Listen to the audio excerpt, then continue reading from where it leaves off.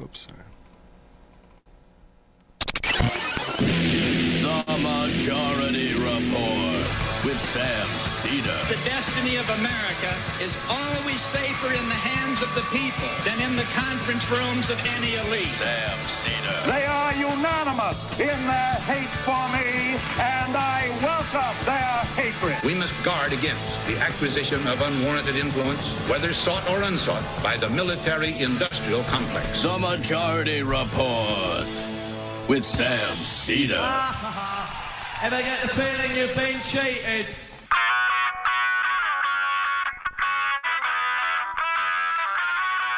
It is Thursday, October 28th, 2021. My name is Emma Vigeland, in for Sam Seder, and this is the 5-time award-winning Majority Report. We are broadcasting live steps from the industrially ravaged Gowanus Canal in the heartland of America, downtown Brooklyn, USA. On the program today, Eric Rauchway, historian and author of Why the New Deal Matters, which... important to contextualize that today because Biden has announced that he has a proposed final framework on the Build Back Better plan, and it is certainly not the New Deal. Reportedly at around $1.75 trillion, whittled down from initially 6 to 3.5 to now Manchin's preferred figure, with paid family leave entirely axed. Devastating and disgusting, but progressives may be holding the line. Again, in this proposal, universal pre-K, a one-year child tax credit extension, and a Medicare expansion, but only for hearing. Dental and vision are out, according to Biden. Although Bernie Sanders is saying publicly that maybe that might not be good enough and it shouldn't be.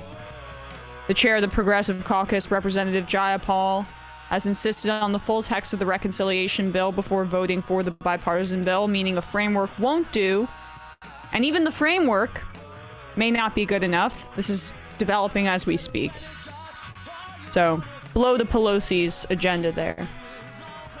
In Israel, new Prime Minister Naftali Bennett has approved the construction of over 3,000 new settlement units on the occupied West Bank, which is illegal under international law and is also instructive for those who thought that ousting Netanyahu would slow down this train of cultural genocide. In rare good news, Iran has announced that they will resume talks next month with the United States on the nuclear deal that Trump scrapped after negotiations stalled in June. Fingers crossed. And lastly, in Brazil, a congressional panel has recommended that 9 charges be leveled against Jair Bolsonaro, the president, along with 77 other people over their response to the pandemic. One of those charges includes crimes against humanity. Endorse. All this and more on today's program. Welcome to the show, ladies and gentlemen. It is Thursday, so you'll be seeing me and not Sam today. I would say we have a great show for you today, which we do in terms of content, but in terms of the developments with the Build Back Better agenda, it's quite disheartening and angering. So I'm going to spend the first part of the show with you before we get to our guest, telling you what the Washington Post is reporting is in the Biden administration's proposed framework for the reconciliation bill. Now, I just want to point out that this Senate process of reconciliation and how basically Manchin and Sinema, and I understand Biden should have taken a much more active role. One, he should have rode the momentum of the initial rescue package which passed in March for COVID, and he chose to wait for some reason, even though he was highly popular at the time, as was the agenda. And of course, Biden didn't push. He just sat back and let the Senate process do its thing, because that's the through line that bothers me the most here. Actually, I can't pick. One of the through lines that bothers me is this obsession and the fetishization of the Senate process as something that is almost holier than the content that is being negotiated here. And Manchin and Sinema are essentially acting as Republicans as a part of that fetishized process, where we start at 6 trillion and they want 1.5 trillion, and maybe we'll find something in the middle at 3. Oh, wait. No, we're actually just doing exactly what Manchin wanted from the initial in the initial negotiations, which is maybe why Chuck Schumer hid this.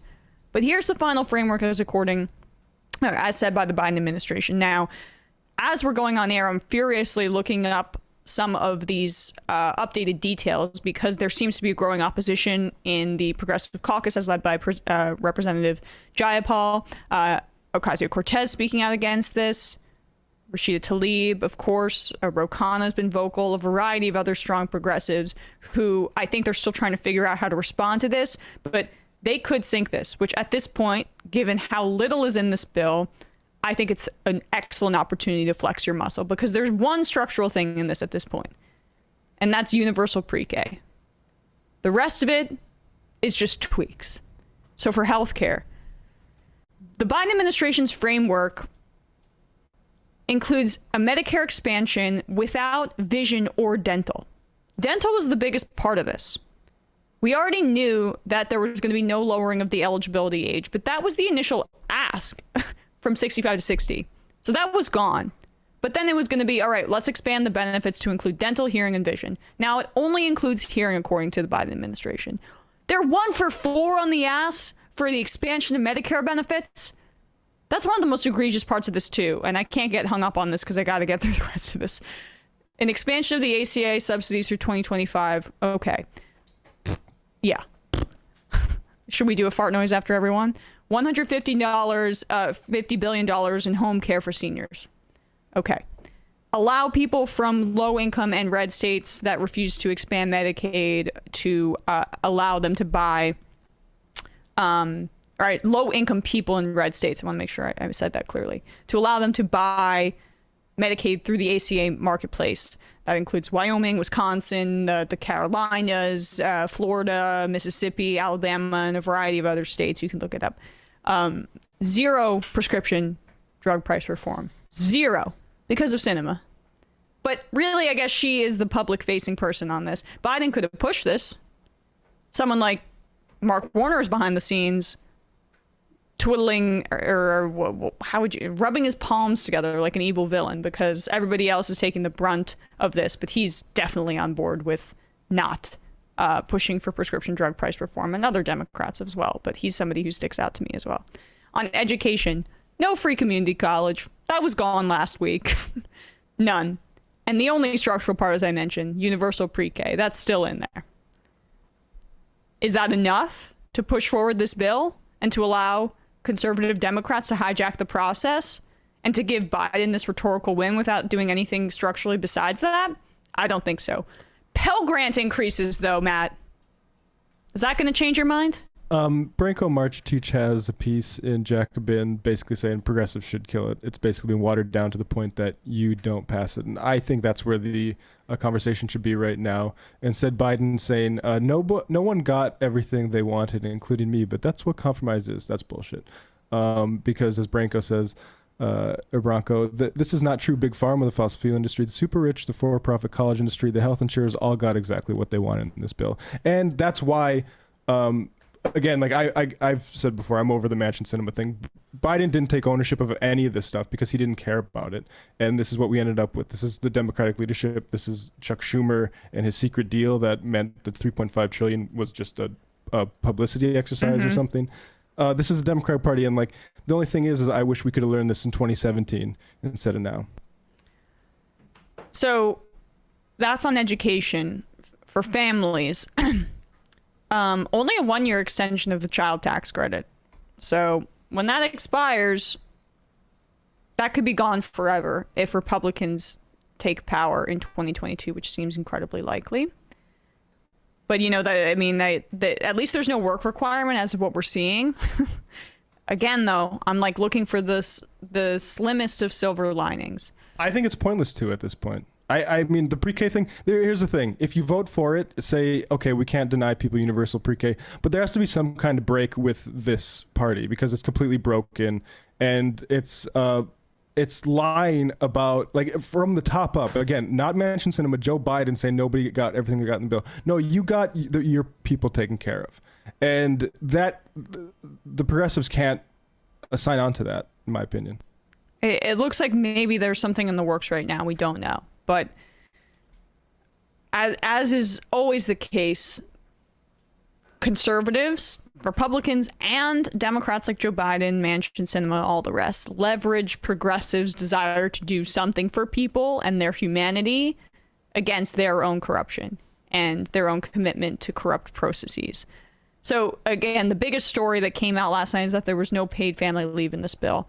Now, that had been functionally gone for quite a while. The proposal that House Ways and Means Committee Chair Richie Neal had put forward was a real shell of itself. And so there was, it was a huge corporate giveaway. And it was barely anything, right? 4 weeks is ridiculous. And a reminder that the United States is one of only 6 countries in the world. Not like in the Western world or in the industrialized world. No, one of 6 countries in the entire world not to guarantee any form of paid family or medical leave. In Europe, it's pretty much every country is a minimum of 24 weeks. And we couldn't even get 4. We couldn't even get 4 in the form of essentially subsidies to large corporations to incentivize them to do it. So we're talking about declining empire shit. Okay, let's keep going. Let's talk about declining world shit on climate spending. 555 billion in this bill, according to the Biden administration. Over 10 years. Yeah, over 10 years. Which we spent $8 trillion on the Pentagon. And it's essentially a wash when you pair it with the climate negative bipartisan bill, which includes a promulgation of hydrogen energy, and especially blue hydrogen. When you look that up, that is mostly derived from fracking.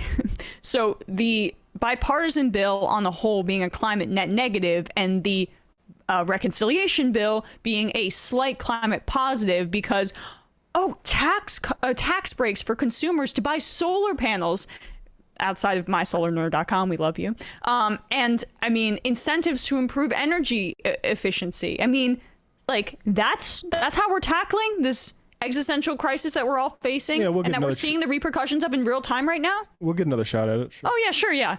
That's how the nature of this problem works. I'm not sure if you realize we can just punt on the climate emergency. Yeah, it's not a ticking time bomb or whatever. We'll increment our way toward it. Yeah, let's work our way there. Maybe in a few years, maybe in 10 years. That's how things work. I think change. That should be one of the main reasons they say absolutely no. Well, that's what Ocasio-Cortez is basically indicating right now. So on taxes, no billionaires tax. We reported that Manchin was very against that because, West Virginians. He was the one Democratic senator who could find it divisive, or at least publicly enough to say so. Yeah. 15% corporate minimum tax does survive, which again dovetails with the framework as implemented by Janet Yellen and the Biden administration and the agreement that they made globally. It's not much because it's just kind of a way to fortify it. But I mean, would raise some money. Stock buyback tax survives. IRS enforcement survives for the moment, according to the Washington Post, which I was surprised by. I just wanted to run all of that through so you can kind of digest it. I know it's a bit of a disappointing meal, right? There's some mold on it. And, oh, damn, it's just a saltine cracker that's been sitting here in the rain. That's basically it. Maybe you'll get some sustenance. I mean, can I use a sports metaphor? Like, this is like you're down. To me, absolutely not. I don't like sports.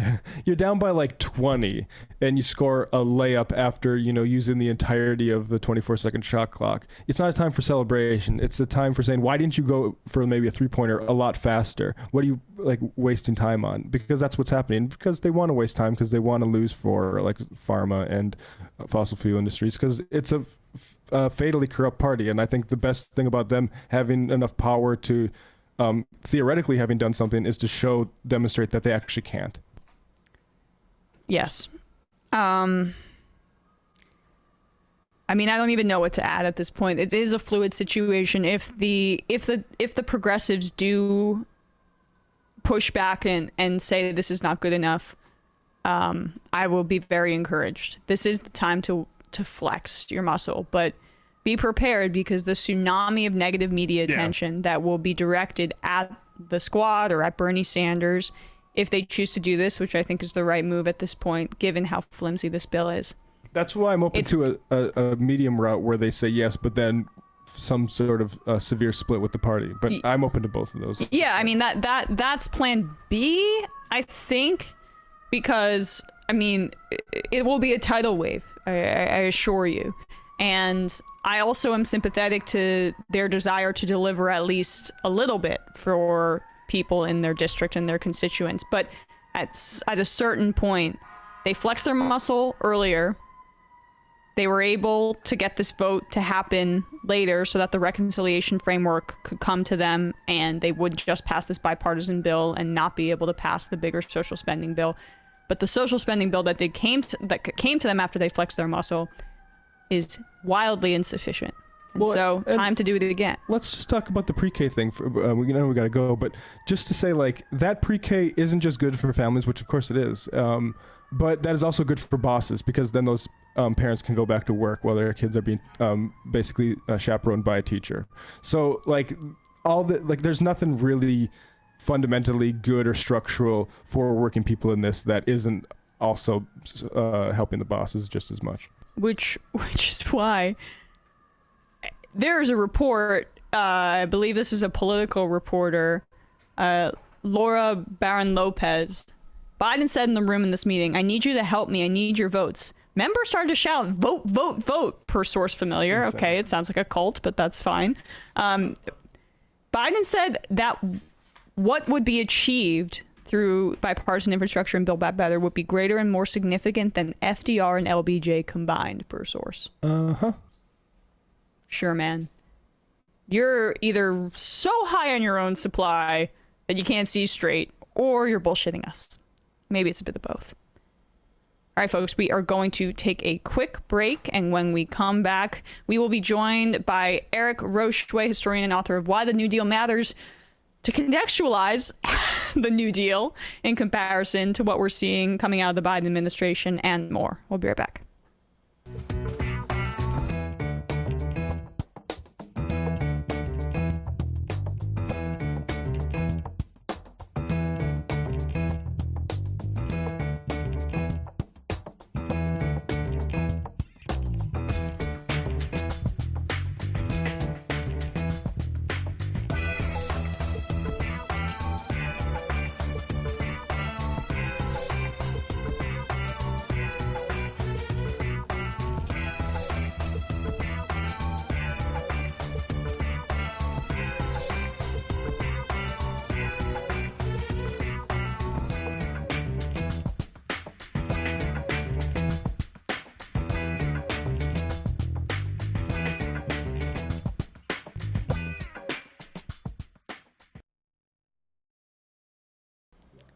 We are back, and we would like to welcome Eric Rauchway, historian and author of Why the New Deal Matters. Eric, thank you so much for your time today. I really appreciate it. Thanks for having me. Of course. So great day for you to be on, because if you recall, there were a lot of think pieces about how Biden is the new FDR, and given what we've seen come out of the Build Back Better plan today, it is not that. So I guess we can start there. What did you think about those comparisons a few months back, given how much you've researched FDR? Well, I think that the president said some true things about the New Deal and why it might serve as an inspiration for our times. I mean, it represented not only a response to economic crisis, which I think most people know, but also, an expression of common purpose for Americans, a peaceable common purpose, which is very rare in American history, and also a program to strengthen our democracy, which is something that you could say we sorely need in these times. So when he invoked that as a source of inspiration, I think that was a good well to go to. Right, but I mean, I would agree. Of course, it's amazingly aspirational, but I've not seen anything in this framework. Universal pre-K is the one thing structural that's coming out of this, and then everything is tax credits, Pell Grants, I mean, all of that. like in comparison, when looking at your book and just grappling with the monumental impact of what the New Deal has done in ways that we don't even necessarily consider, it's a bit laughable, I would imagine, to compare what the Biden administration is doing right now to what FDR proposed. Yeah, well, the current administration has been impaired by problems that Roosevelt didn't have. Roosevelt had a large majority, and even though many of those Democrats that he had were Southerners and therefore conservative, they nevertheless tended to vote for some of the administration's priorities. The filibuster then existed, but of course doesn't have the form that it does today, where it can be essentially used to block everything indefinitely. And those are important issues. So I think that it's not surprising, given that reconciliation forced the Biden administration to put everything in one bill, which made it a lot harder to argue for, because you couldn't say, today we're doing farm relief, today we're doing labor rights, and force people to engage in the substance, right? Having it all in one bill made it possible for opponents of the bill to invoke kind of abstractions like entitlements or socialism or whatever, and argue against it that way. So I think that there were just important differences between 1933 and today that made it impossible to go for the same kinds of things. Doesn't mean we can't get some benefits. After all, Roosevelt didn't start with the full-blown New Deal in 1933. Okay, so I guess we can start there. I mean, I think something that sticks out to me about FDR is, and we play this as a part of our intro song, this quote about how they're unanimous in their hate for me, and I welcome their hatred. I mean, it's almost a mythical way that politicians perceive themselves when it comes to corporate power. That's nearly unheard of in this day and age in terms of how a president would position themselves in the time of a crisis such as the Great Depression as well.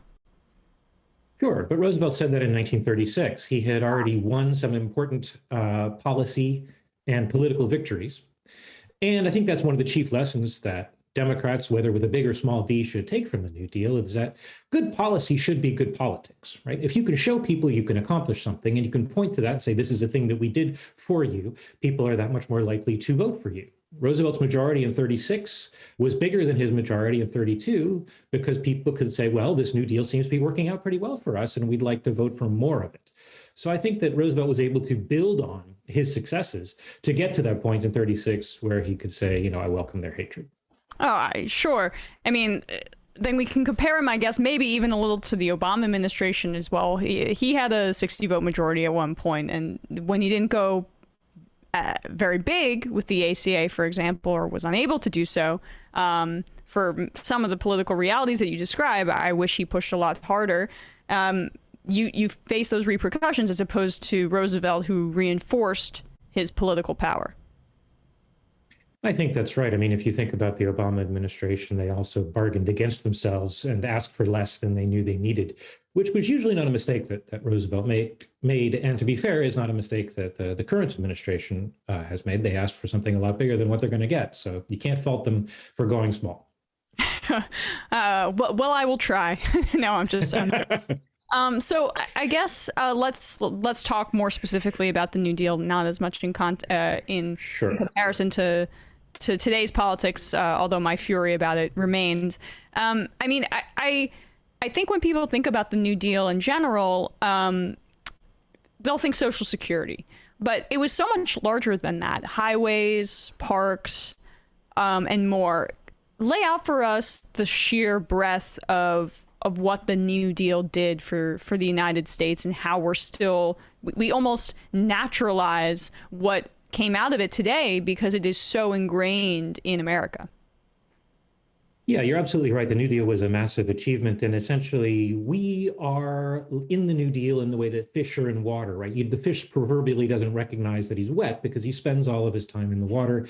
That's the same way with us in the New Deal. I mean, if you have a bank account, you've benefited from the New Deal because of deposit insurance. If you've earned minimum wage, you've benefited from the New Deal because of the Fair Labor Standards Act. If you've bought a house, you've benefited from the New Deal because the New Deal created the mortgage market that we have today. If you've earned an old age pension, disability insurance, or if you've had unemployment insurance, all of that derives from the New Deal and comes from Social Security, which, as you say, is even bigger than what we think of when we think of Social Security. That law was, as Roosevelt said, the cornerstone of an edifice that we are still going to be building in the future, right? So it was just the beginning even then. But the New Deal goes even further than that. It reversed 19th century policies of giving public lands into private hands and brought them back into public hands, whether for the US government in the grazing areas of the arid West or for returning control of lands to native nations in the what's so-called Indian New Deal.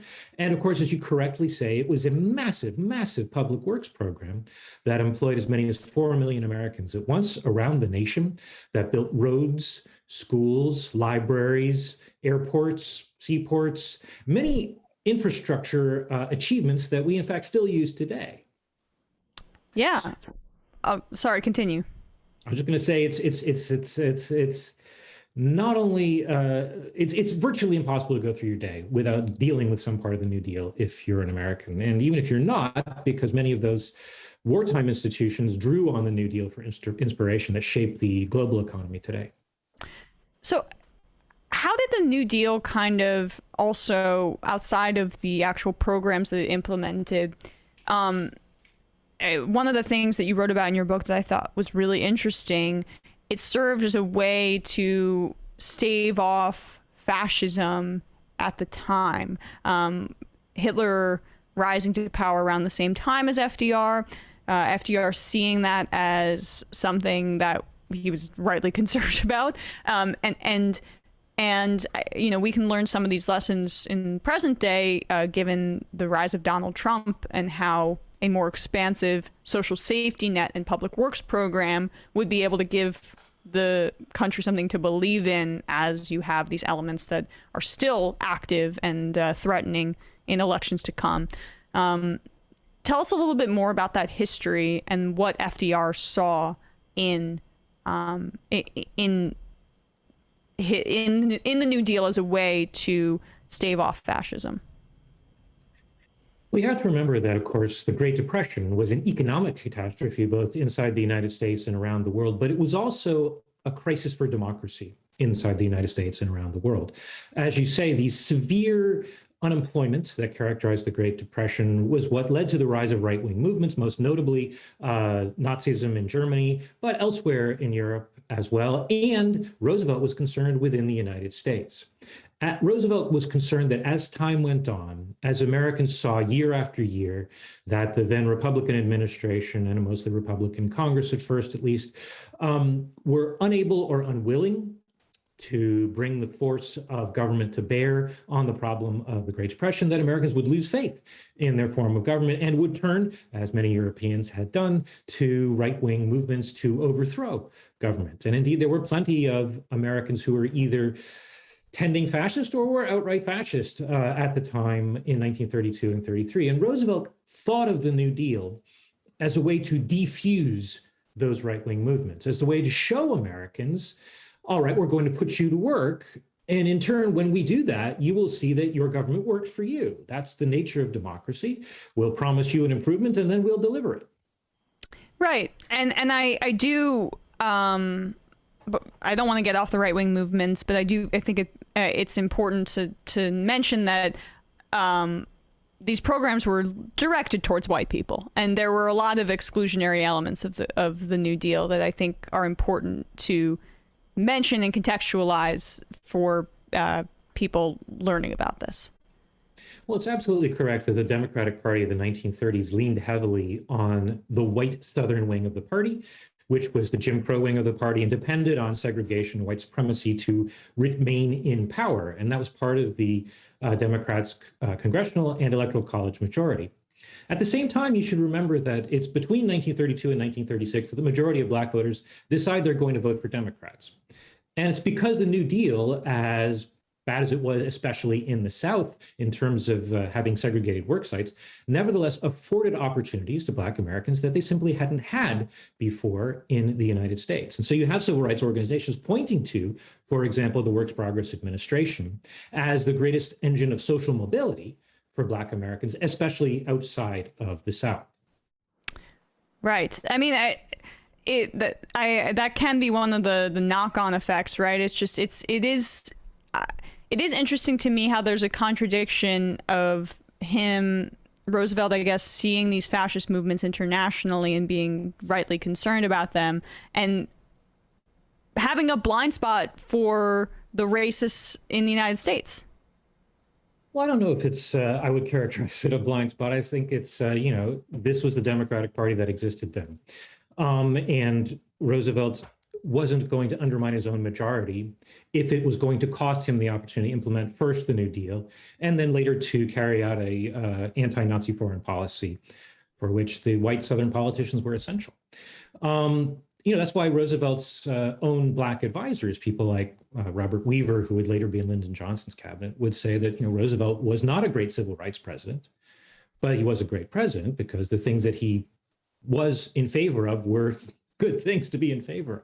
Oh, absolutely. I mean, yes, I'm in awe of the New Deal and would love another one, which is kind of the crux of my argument here. I mean, I also loved how you wrote about how the New Deal kind of cemented you touched on this earlier, but public spaces as public spaces. And that I staved off a lot of privatization efforts, I would imagine, if you could elaborate too, during this time, and probably ensured that many of the public spaces we still love to this day are allowed to exist, because once things exist, it's a lot harder to get them to not exist. Right. That's very true. And that's a key element of the New Deal, whether you're talking about concrete, literally concrete achievements, or the more abstract ones, that once they're there and people appreciate what they've got, it's much harder to take those things away. Right. So the New Deal reversed a trend of about a dozen years when Republicans had been in control of the federal government of seeking to privatize public goods. I mean, most notably, the Harding, Coolidge, and Hoover administrations all tried to get rid of the public power installation at Muscle Shoals in Alabama on the Tennessee River. The Roosevelt administration not only didn't try to privatize Muscle Shoals, they made it the basis for a much larger network of public electricity plants, that extended throughout the Tennessee River Valley, and that then became the model for other construction throughout the nation to literally bring power to the people. Right. So when you have a program like that brings sidewalks at a most modest level to a community, or that brings something like a massive hydroelectric dam to a region, and then puts control of that dam into the local folks' hands, right, you can really then have something that people can point to and say, well, the New Deal did that for us, and therefore they're likely to vote for more of the same. Right. The Tennessee Valley Authority, I mean, that's still, that infrastructure is still to this day instrumental in the United States. Yeah, specifically in the Tennessee Valley, you're correct. Not only is it instrumental in providing electricity, as I understand from a discussion I had with a reporter in the region, the TVA is also, its right-of-way is being used to run broadband now through the region. So it's still an important public resource. Not only that, I mean, as much as, we nowadays have qualms about damming rivers for environmental reasons, we should remember that in the 1930s, this was green energy. And not only was it green energy, it represented a really genuinely radical way of thinking about policy. In the United States, we tend to think about policy in terms of federal or state or local. The Tennessee River Valley is a natural feature with its watershed. And so planning for it represented a major effort in thinking across those traditional barriers to American politics in a way that we would recognize as ecological today. So I guess I would ask you if you could expand a little bit more on the environmentalism of the New Deal. You mentioned it a little bit there, how at that time that was perceived as green energy. Today we wouldn't, but there was an understanding in the New Deal that environmentally friendly policy, or at least trending in that direction, should be one of the goals, even if it's not, the primary goal. We're not talking about the Green New Deal, but one of the ways to implement these kinds of policies. Yeah, I think most folks have probably seen images of the Dust Bowl, and that's only the largest example of how Americans at the time understood that they had been engaged in unsustainable practices, right? In that case, farming, right? That they had rendered these once fertile lands suddenly useless, and the fertile topsoil was literally blowing away in the wind. So they were very concerned about soil exhaustion, about erosion, and about squandering the great natural riches of the American midsection. And so the New Deal focused very, very, very closely on methods of preserving the vitality of Americans' natural endowments. So reversing tendencies towards erosion, irrigating arid lands, reforesting them. People probably remember the Civilian Conservation Corps. It was and remains the New Deal's most popular single program. It's been sort of invoked recently for a climate conservation corps for the same kind of reason, right? Much of the work of what they did was about preserving the land so that Americans could exert a kind of public stewardship over it. And all of those things were integral parts of how New Dealers thought about reversing again decades of privatization. Right. And I guess I'm curious about this too, because your research might have come across this, and I'm not exactly sure about how FDR in general was working with, or even against, some of the left movements at the time. Was he working in concert with them in the structure of this legislation, or was it, I'm curious about some of the interest groups that were behind forming the New Deal as it ended up becoming or being? Well, one of the most major and important ones is the union movement, right? The organized labor became ever more important, not only through Roosevelt's presidency, but even into the Democratic Party afterwards for many decades. And that was in part enabled by the New Deal, which, really set into federal law the authorization for Americans to have the right to collectively bargain for their workplace rights, right? So the labor movement is an important feature of that. And there were many strikes through the 30s and even threatened strikes into the war years that Roosevelt had to deal with that he wasn't particularly thrilled about having to deal with. It's important to note that even in the largest of those strikes, even when those strikes were led by communists, Roosevelt didn't call out the army, as previous presidents had been wont to do, and as many sort of conservative media figures wanted him to do in the 30s. Rather, he allowed those pressures being placed by labor on the marketplace to sort of play out. And sometimes he responded and sometimes he didn't. So sorry. No, it's okay. I wanted to ask if you could expand on his point, or on the point you made about his relationship with communists. Like, would he qualify as the most anti-communist president of the 20th century?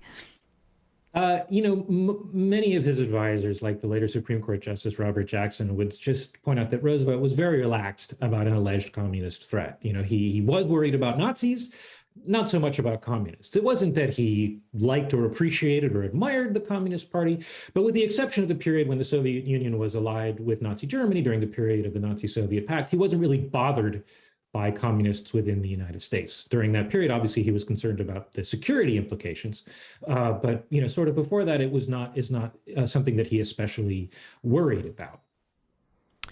Right. So I apologize for cutting you off about the labor movement, because I think that's key to understanding why the political realities of that time, and you write about this so well, were allowed for something like the New Deal with the power of the labor movement and the power of organized labor, as opposed to what we're seeing right now, which, a small resurgence, which is very encouraging. But for years, it's been on the decline in terms of membership and, of course, power. Is that one of the biggest themes that you would say about the way that the New Deal was able to achieve its greater power was because of the power of organized labor? I would say organized labor, and in fact, other social movements on the left. I mean, there's a story that people often tell about Roosevelt, which is, as far as I know, apocryphal, but it's true in substance. And the story is about a labor leader, or in some versions, a civil rights leader, visiting Franklin Roosevelt, explaining to him what the administration should do for their cause, and Roosevelt responding, "Okay, you've persuaded me that this is the right thing to do. Now I need you to make me do it."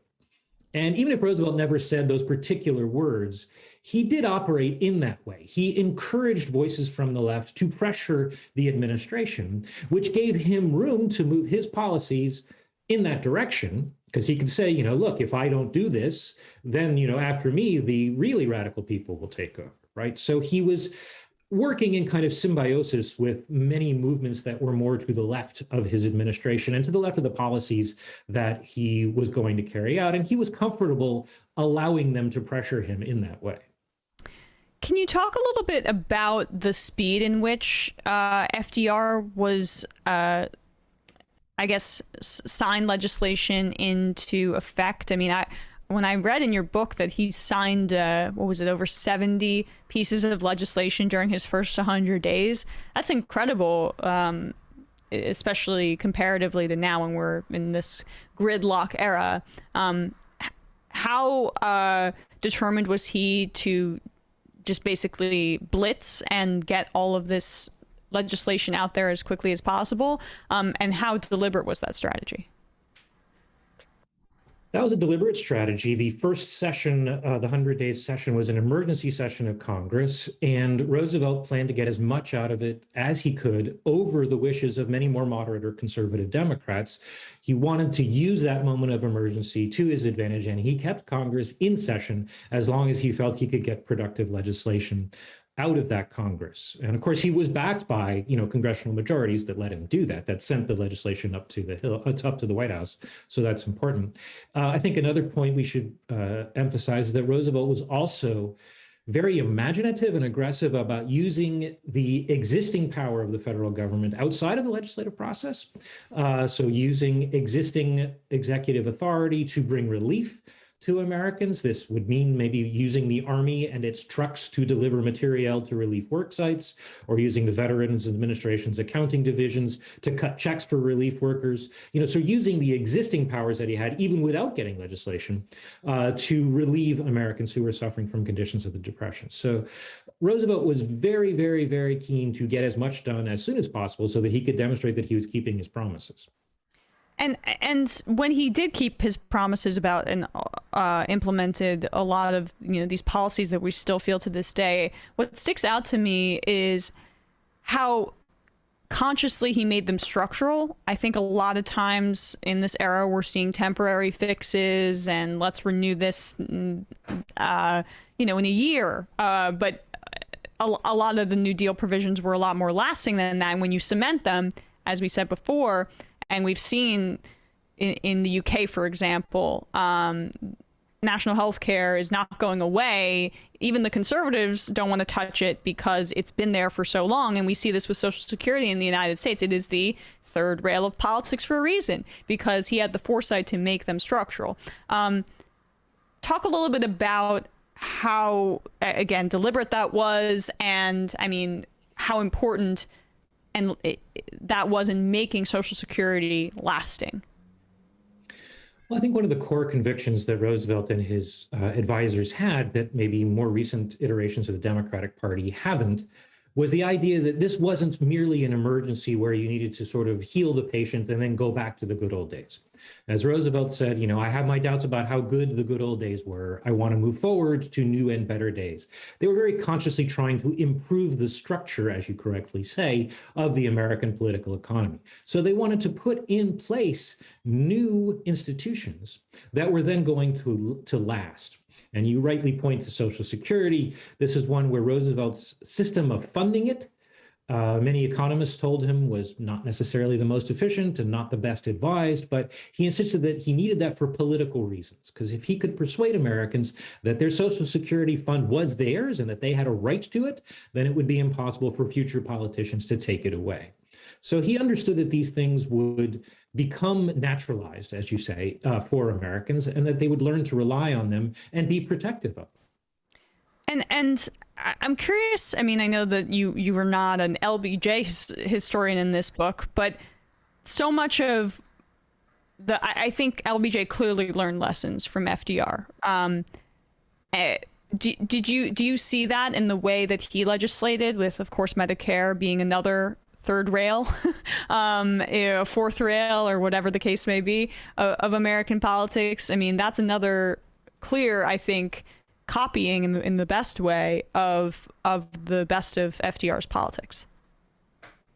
Yeah, I mean, Lyndon Johnson first came to Congress during the New Deal. He would later refer to FDR as his, quote, daddy, unquote, in that Lyndon Johnson sort of way. And he was also, in that Lyndon Johnson sort of way, very determined to outdo his daddy in terms of establishing, improvements to American institutions. So again, as you say, Medicare, also civil rights. He wanted to go where Roosevelt hadn't dared to go, right, in terms of integrating Black voters into the electorate. And he saw himself as carrying out the New Deal Plus during his own presidency. He also believed that, of course, because in the 1960s, that was a period of relative economic prosperity, that it was possible for Americans to do even more than they had done in the 1930s because they could then afford it. Right. I mean, it's. I think we're due for a new kind of structural program here for. I mean, maybe past due if we're following the timeline of FDR to LBJ. I think you're right, and I think that we alive now have experienced so many failures of the institutions that we depend on to keep things going. I mean, even just in the past 10 years or 15 or 20 years or so, we keep seeing them sort of fall down on the job. The pandemic, apart from being a crisis in itself, right, revealed many of the structural inequities in American life, the way that we depend on public schools to provide food and security for children, which I think all believe we shouldn't be doing, right? And that we should have an America where a basic level of security is more sure than it actually is now. And so in those senses, I say we were overdue. You're absolutely correct. Well, Eric Rauchway, historian and author of Why the New Deal Matters. Eric, thank you so much for your time today. Really appreciate it. And dealing with my frustration at the beginning of the show about Build Back Better. Much appreciated. Thanks for weathering the storm. I can't do anything about that. I'm sorry. I wish I could. Thanks for having me on. Yes. Appreciate it. Thanks, Eric. All right, folks, we're going to take a quick break. And when we come back, we will wrap up the first part of this program.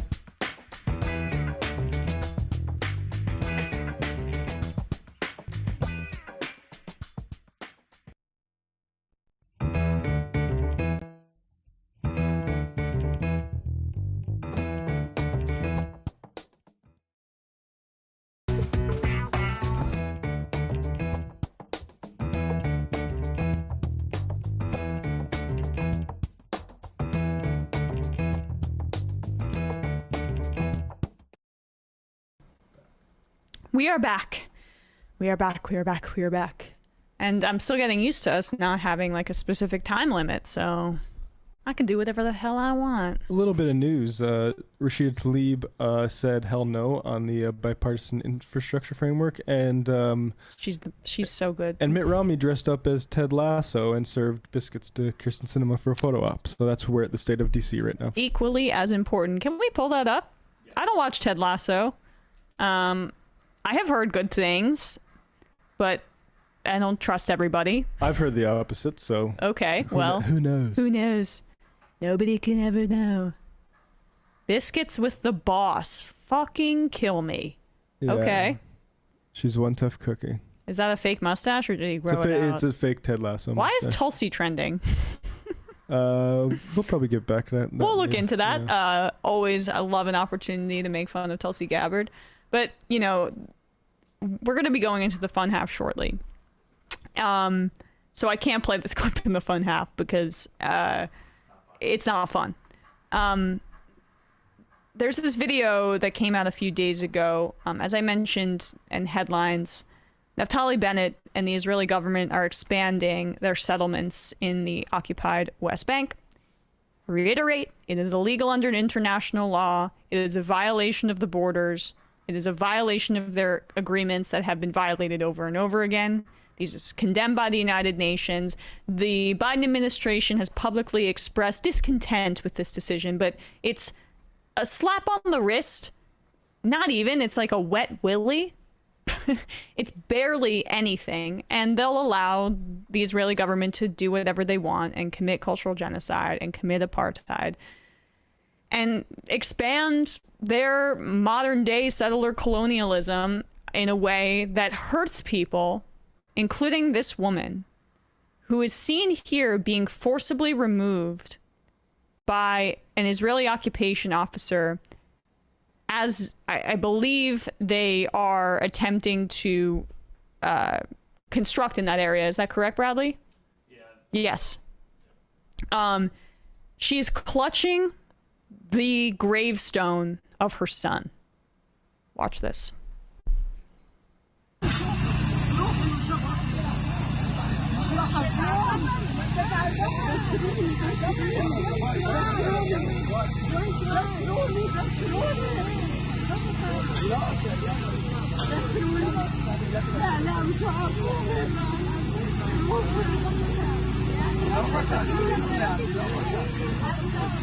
Oh my God.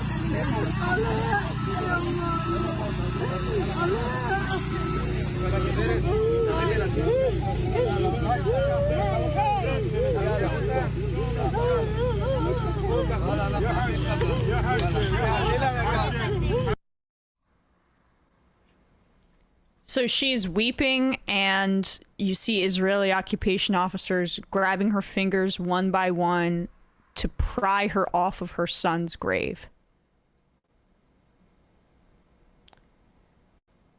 Just a note on the sound here in the background is a Caterpillar. Caterpillar is a long-standing supplier of Israeli army and provides it with a variety of heavy engineering machinery, including different wheel loaders, armored excavators, mini loaders, and several models.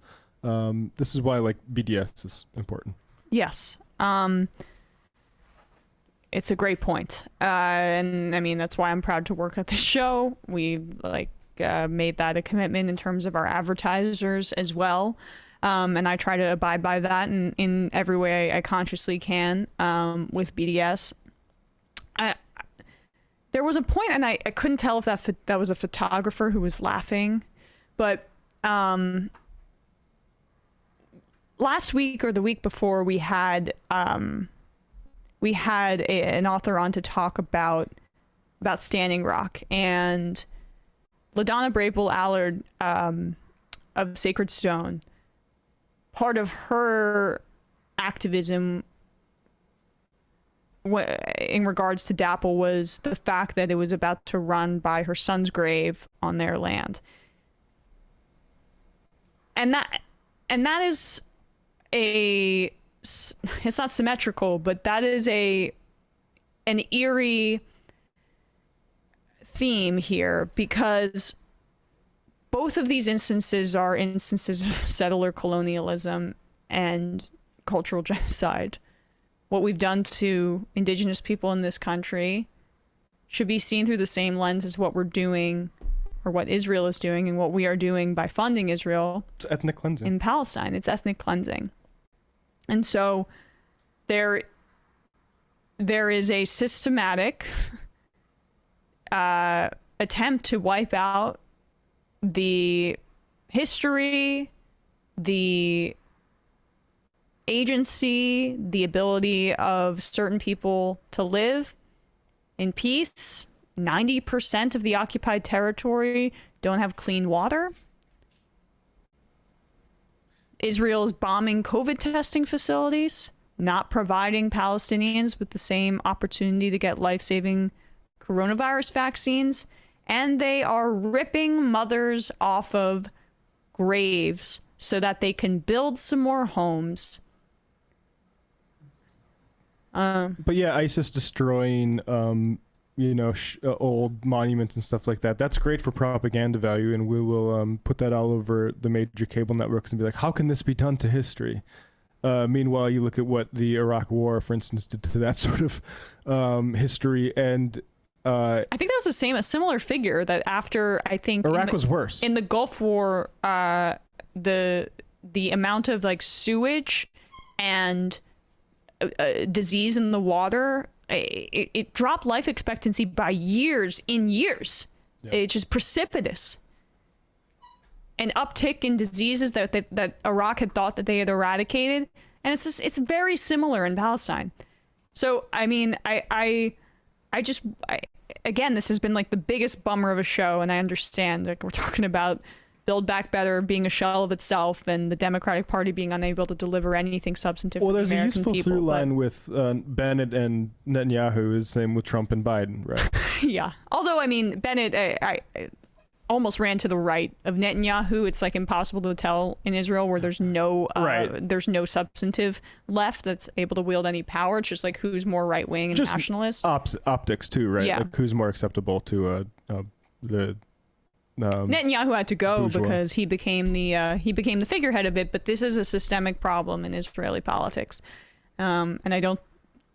The only thing that's going to make things change is if they're hurt economically, as if the fancy clubs in Tel Aviv aren't able to get the vodka that they want, and if the United States actually grows a pair and stops funding this atrocity on a daily basis.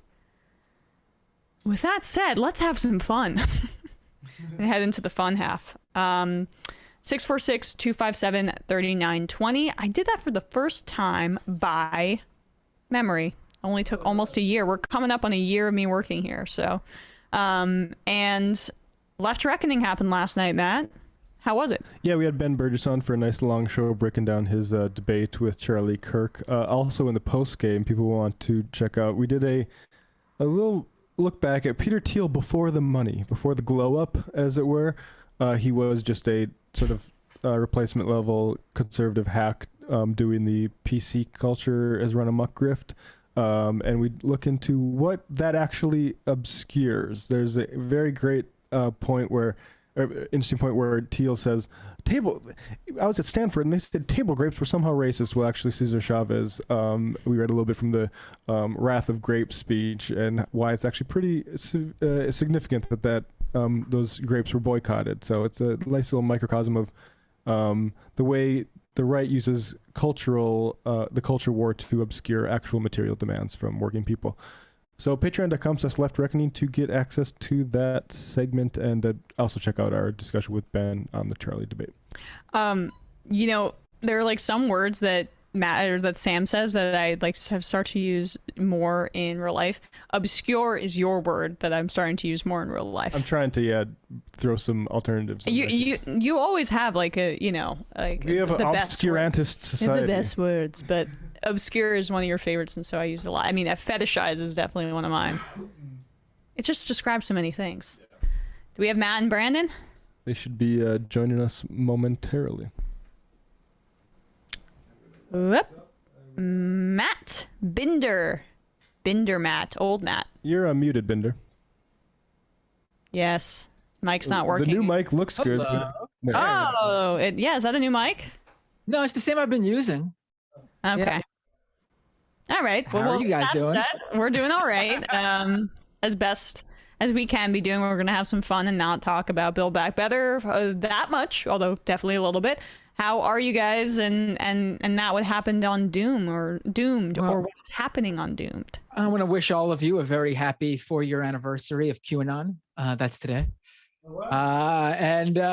Today, what's that? Beautiful. Yeah.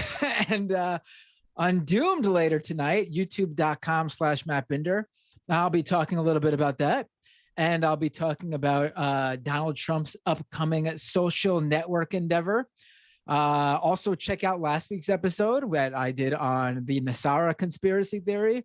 And also, I did an episode earlier this week that basically looked at Snapchat and TikTok's first congressional hearing.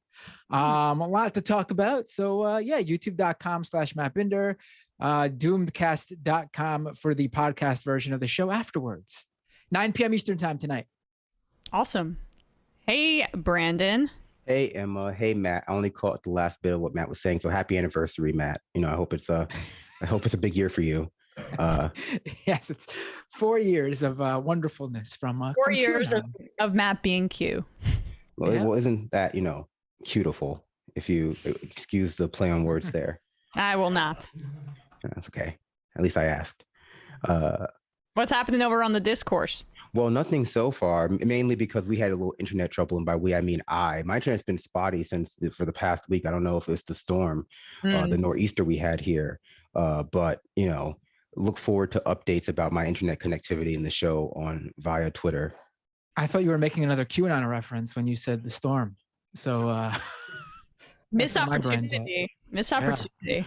I will admit that QAnon is the one conspiracy theory that I've never been very interested in, because I've always said it's just a little too American focused. It sounds like watching a episode of that old cartoon show, like Animaniacs spinoff Historia.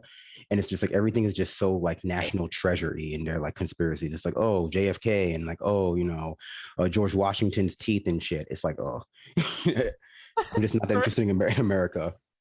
I want to clip you saying George Washington's teeth and shit. Anyway, it's funny. All right, we're going to head into the fun half now. We are going to be taking your calls. We're going to be reading your IMs. 646-257-3920. See you in the fun half. You are in for it. All right, folks, 646-257-3920. See you in the fun half. Oh, no. Are you ready?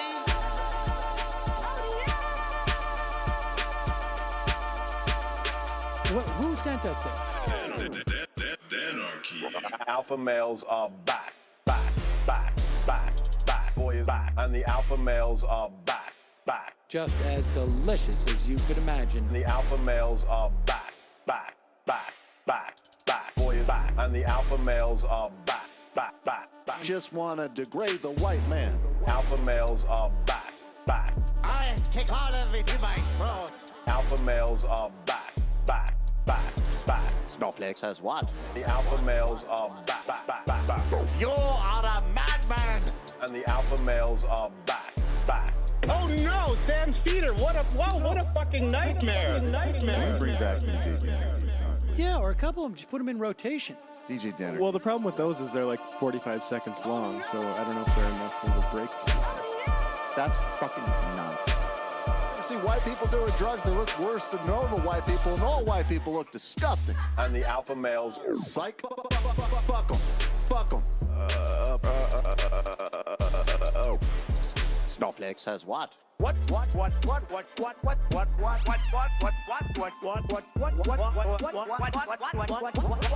Snowflake says what? A hell of a lot of bank. A hell of a lot of bank. A hell of a lot of bank. Okay, I'm making stupid money. Hell of a lot of bank.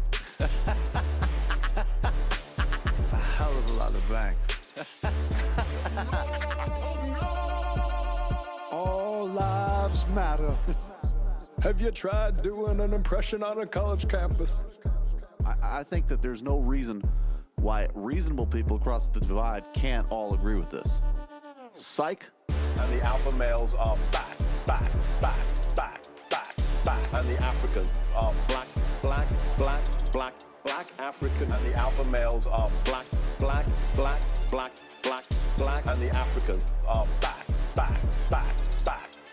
When you see Donald Trump out there, doesn't a little part of you think that America deserves to be taken over by jihadists? Keeping it 100. Can't knock the hustle.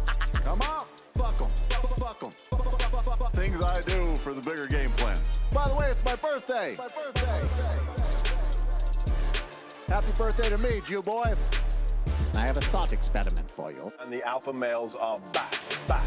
Africans are black, black. Alpha males are black, black. Africans are back, back. Come on. Come on. Come on. Someone needs to pay the price for blasphemy around here. I am a total pussy.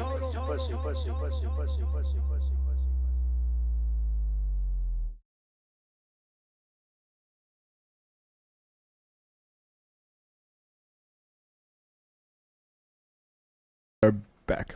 We are back. Gonna read some IMs. Will from Indiana. Hey, MR crew. Today is actually the 1-year anniversary of your announcement, Emma, of leaving TYT for Majority Report. Oh, wow. The only reason I know that is because it also falls on my birthday, so thanks for stealing my thunder. On the same day as Q. Wow. Don't you fucking put that together.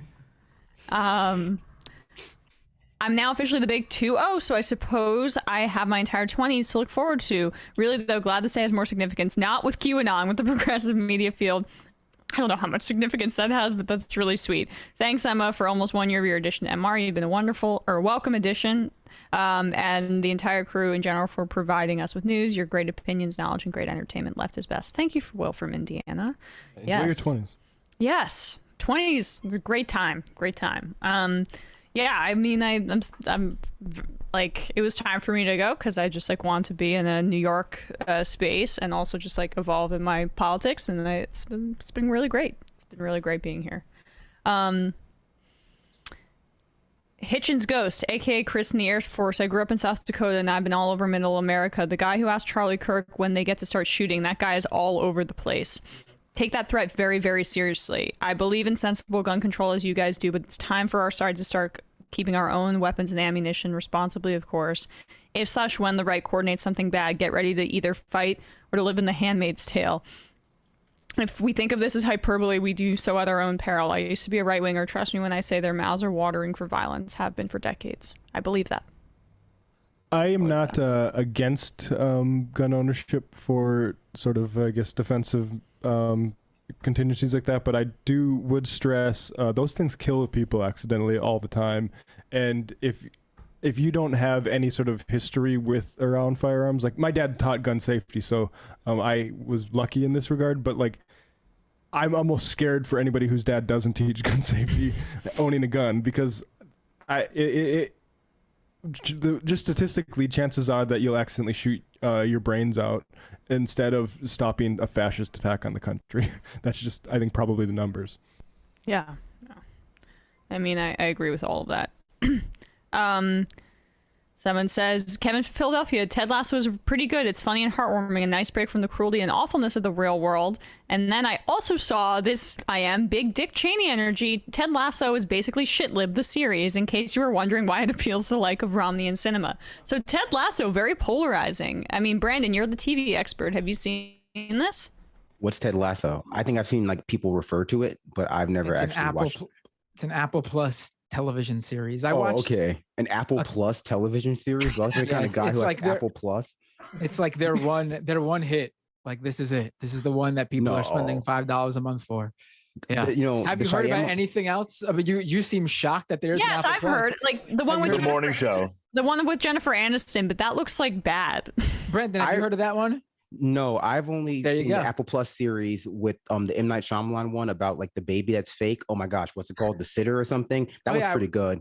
And then I watched that one. It was pretty good. And then I also remembered, I'm not surprised that like Apple Plus is just putting out like liberal propaganda, because I remember seeing a trailer when I was going to movies back before the pandemic for a series they did where like the US, in response to Russia getting like the first cosmonaut into space, like during the 60s space race, instead of the US doing what it actually did, instead like they decided to have the first all-woman team into space. And it's basically just like the U.S. revisionist history where like, for some reason we went really feminist instead of like more racist at that time.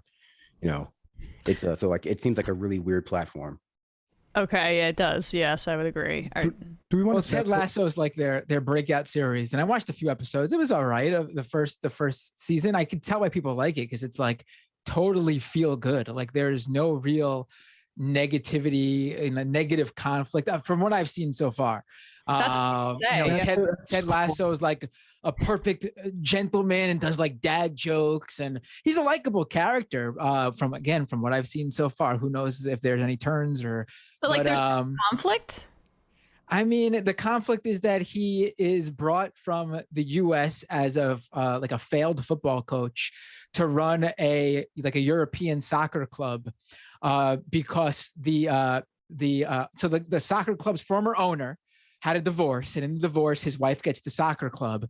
And as the ultimate FU to him, she hires this loser, nobody American football coach to run the soccer club in an effort to make the soccer club fail. But let me guess, they succeed. And he's like such a nice guy, and he's proving everybody wrong.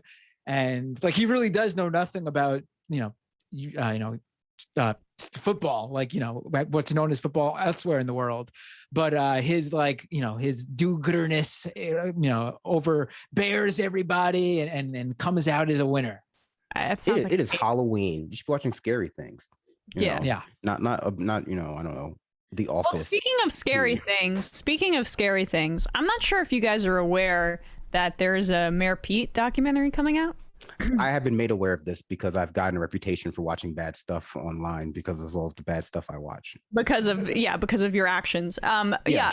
Right. Understandable. So we're gonna watch the trailer, but I just want to point out, if you're watching this as a hate watcher, like maybe Brandon will, maybe not, or somebody out there, just put out in social media that you are watching it as a hate watcher, because I jokingly said on Twitter the other day that Amazon's going to sell their metadata to the CIA for who's watching this, because, like, true believers in American empire. And if you're a Mayor Pete, quiet Americans. Yeah, exactly. If you're a Mayor Pete fan, you're sus, right? But for the American government, you're like perfect soldier, because you totally ate up that propaganda, hook, line, and sinker. Let's see if there's anything to glean from this this documentary here. I don't think I will be hate watching it because I don't hate myself. You want to make sure that I ask him. You spent so much of your life hiding who you truly were. Did you feel like you were able to be your true self on the campaign trail? No. A hometown boy who went to Harvard and became a Rhodes Scholar, only to return to the city where he grew up. He's also a newlywed. I made Pete promise that we would have fun. This is the only chance you'll ever get to vote for a Maltese-American left-handed Episcopalian gay war veteran Mayor Melendez. It's a leap going from being a mayor to being a presidential candidate, but I realized I had something to offer that was just different. When I talked about coming out, that was for everybody who's tried to figure out how to be who they are. The challenge, of course, is how do you master the game without it changing you? A developing story. One candidate is dealing with a crisis back home. There had been an officer-involved shooting. Get them off the streets! You looked a little too green, like you weren't ready. Are you saying things that project the right kind of warmth? Are you connecting with people? My way of coming at the world, the stronger an emotion is, the more private it is. I've never met someone who thinks so deeply about what he can do for other people.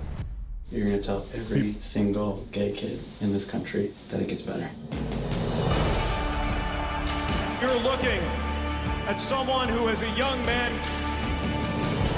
wondered if something deep inside of him meant that he would forever be an outsider. And now you are looking at that same young man, happily married. Are they like modulating his voice? Asking for your vote for president of the United States.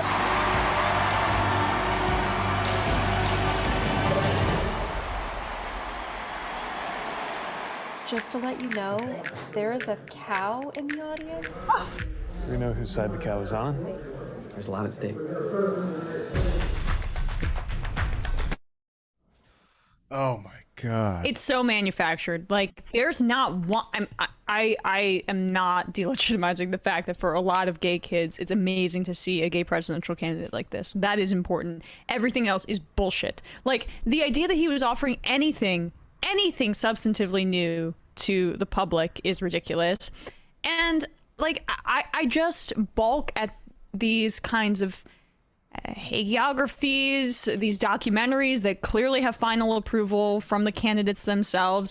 I'm like, we're gonna have this revisionist history that this campaign was something to write home about. This campaign was an entirely manufactured moment in history where he, by the way, he peaked early in Iowa because he only appealed to white people, because as they gloss over in that trailer, and I'm sure they're looking at it from the perspective of Pete, which is not the right perspective to look at the fact that he fired this black police chief and helped cover up these instances of racism in South Bend. Like, he was a white, privileged, wealthy Harvard candidate who fixed bread prices at McKinsey. There's nothing trailblazing about what he did except for that one important but narrow part of what he offered to the world.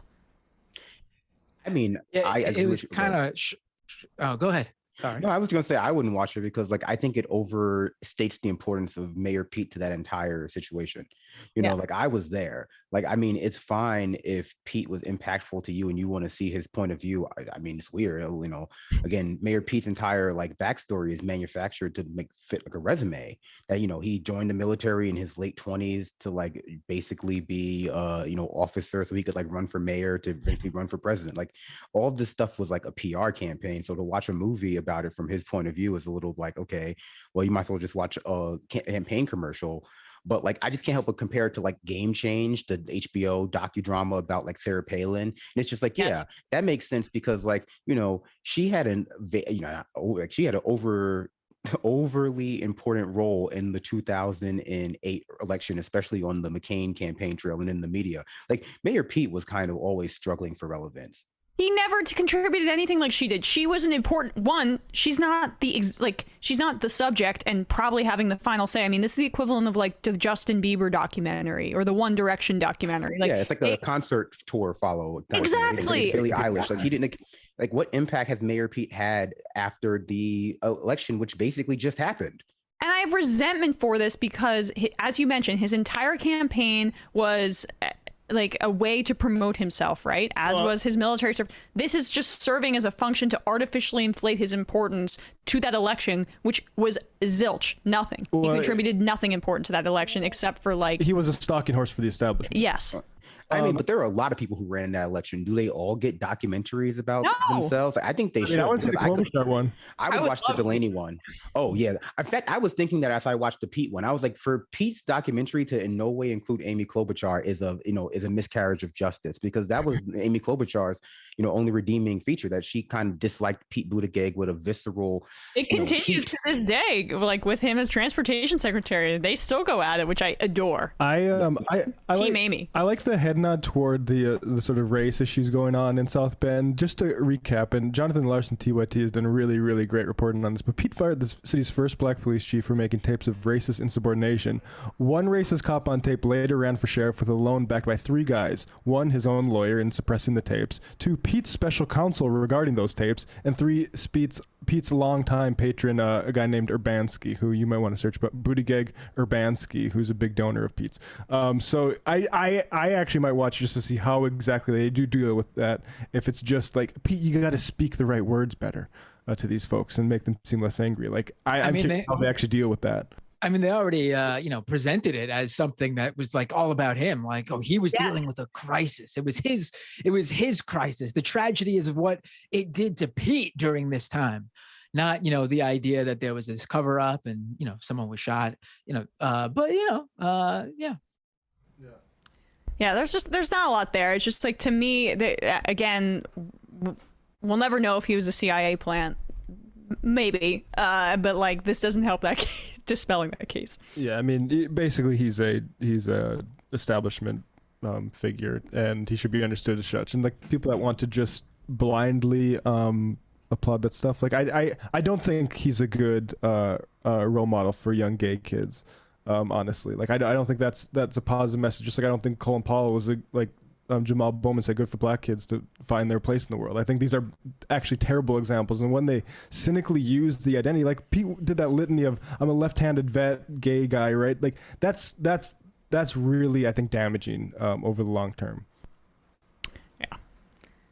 Want to take a call or two, Matt? Yeah, let's do it. Let's go to the phones. Let's pick up this one right here. 516. What's your name? Where are you calling from?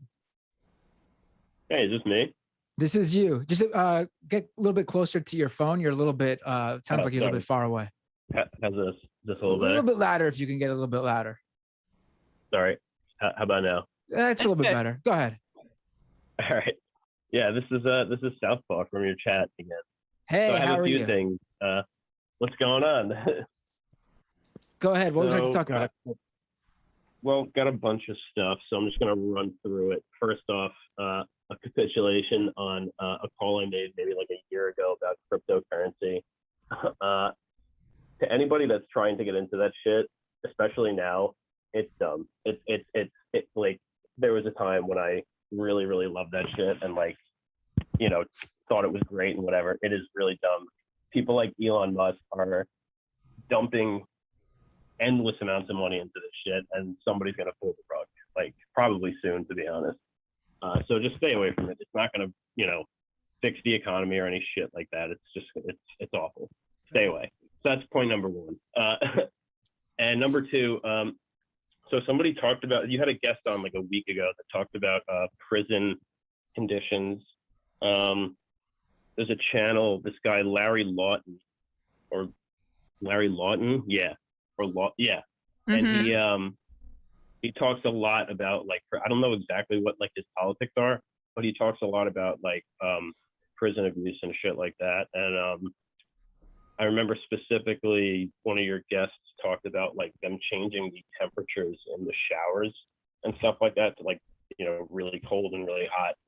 And that once killed somebody. Burned somebody. Yeah. Right. Yeah. Apparently that's like super common. And yeah, so that's, yeah. And just another thing. So you're saying Larry Lawton is like a good person to I'm confused. Sorry. Yeah, I probably should have elaborated. He's like a former jewel thief, like, and like he like went to prison for like a really long time. But he like talks about badass. Yeah, it's like it's pretty crazy. But he like, you know, he advocates for like prison reform and like all this stuff. Like he's you know, I'm not sure, like, again, I don't know like what his specific like politics are, but I know he advocates for like prison reform and stuff like that. Like, so he's at least good on that front. Cool. And he covers a lot of like stuff like that. What else? Oh yeah. So also, yeah, Elon Musk. People got to stop talking about this guy like he's smart. He's not a smart guy. He's just a guy who invested a ton of money. Like, there's an article I found. I tried to find it. I don't know where it is, but it's out there. And maybe I don't remember what the source is. But and maybe you guys know about this. He like had a whole team of like developers that he just fired back in like the early 2000s because he basically tried to like you know, write code with them or whatever, and it was so bad that they wouldn't give it to the clients because it was so like embarrassing, and rather than take it as like, you know, some constructive criticism, obviously he just wholesale canned the crew, obviously replaced them with yes man. Yeah, you know, like, so there's that. And, you know, obviously he's going to turn that into, oh, look, you know, I'm the engineer, whatever. But if you watch him try and explain stuff, he has no idea what he's like. He just never really seems to be able to explain anything that he, you know, supposedly does or right. engineers or whatever, you know. So it's just one of those. I mean, I went to school for computer science, so like I know a lot. Like, you know, I don't think he's the kind of person that, like, I just think he's a bored rich guy. He's not like somebody who like cares about developing or anything like that. Yeah, he's a marketer. And yeah, exactly. And one final point, Emma, I've heard you mention Attack on Titan a bunch of times. that shit is fascist. Not just a little bit fascist, real fascist. Don't know if you know that, but I don't really watch it. I don't really watch it. I watch other people watch it. Why is it fascist? Yeah. Wait, why are you watching people watch a show? I don't. Trend on Twitch. My boyfriend likes anime. Oh, yeah, no, just watch it. I know, watch it. I know like a ton of people who watch it. I watched it. Like I tried watching it like once, and like I watched the first like couple episodes, but I was like, this is like really like it's very like first of all the uniforms. I mean, I've heard this before. Uniforms. Not to interrupt you, I've heard this before, and I've heard that. I know that the uniforms and all the aesthetics are like, you know, meant to resemble that, like, and all the names obviously are meant to resemble that directly. And I've heard people argue about this before. I don't know what, like, how the argument came down. Like, you're right to like acknowledge that the uniforms are like in, you know, very like German Hugo Bossy of that time. But I think that some people have argued that like it's an intentional metaphor versus like any kind of political ideology of the artist. But I don't know anything about that specifically, like any particular of like that would... Well, the other thing that I found weird was how like I don't know, like it seemed to value things like military strength a lot over like, you know, and it's just like even, and again, I only watched the first like episode and a half or something, and like I saw that I was just like, this is weird. Like I don't know. But yeah, like I remember like there's like that or something like a while back, like, you know, when I, you know, watched it, and I was like, oh yeah, I guess I'm not the only person who like it's out there, like, you know. People are having this debate.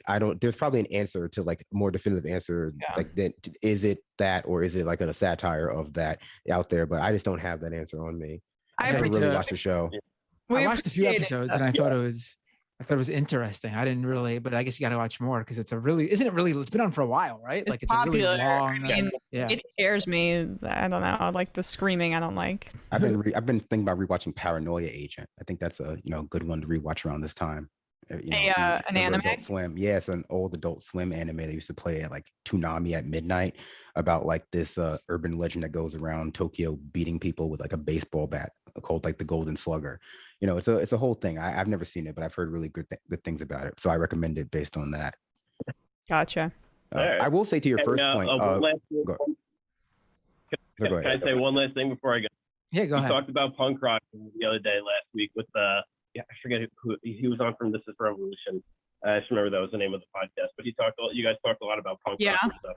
Listen to Propaganda. You haven't listened to punk rock until you listen to Propaganda. Binder, I know you know what I'm talking about. Yeah, I do, but you guys had a punk rock conversation on the show without me there. I feel left out. A week ago. Yeah. Sorry to break the news to you, Matt. It's okay. All right, guys, take care. Thank you so much.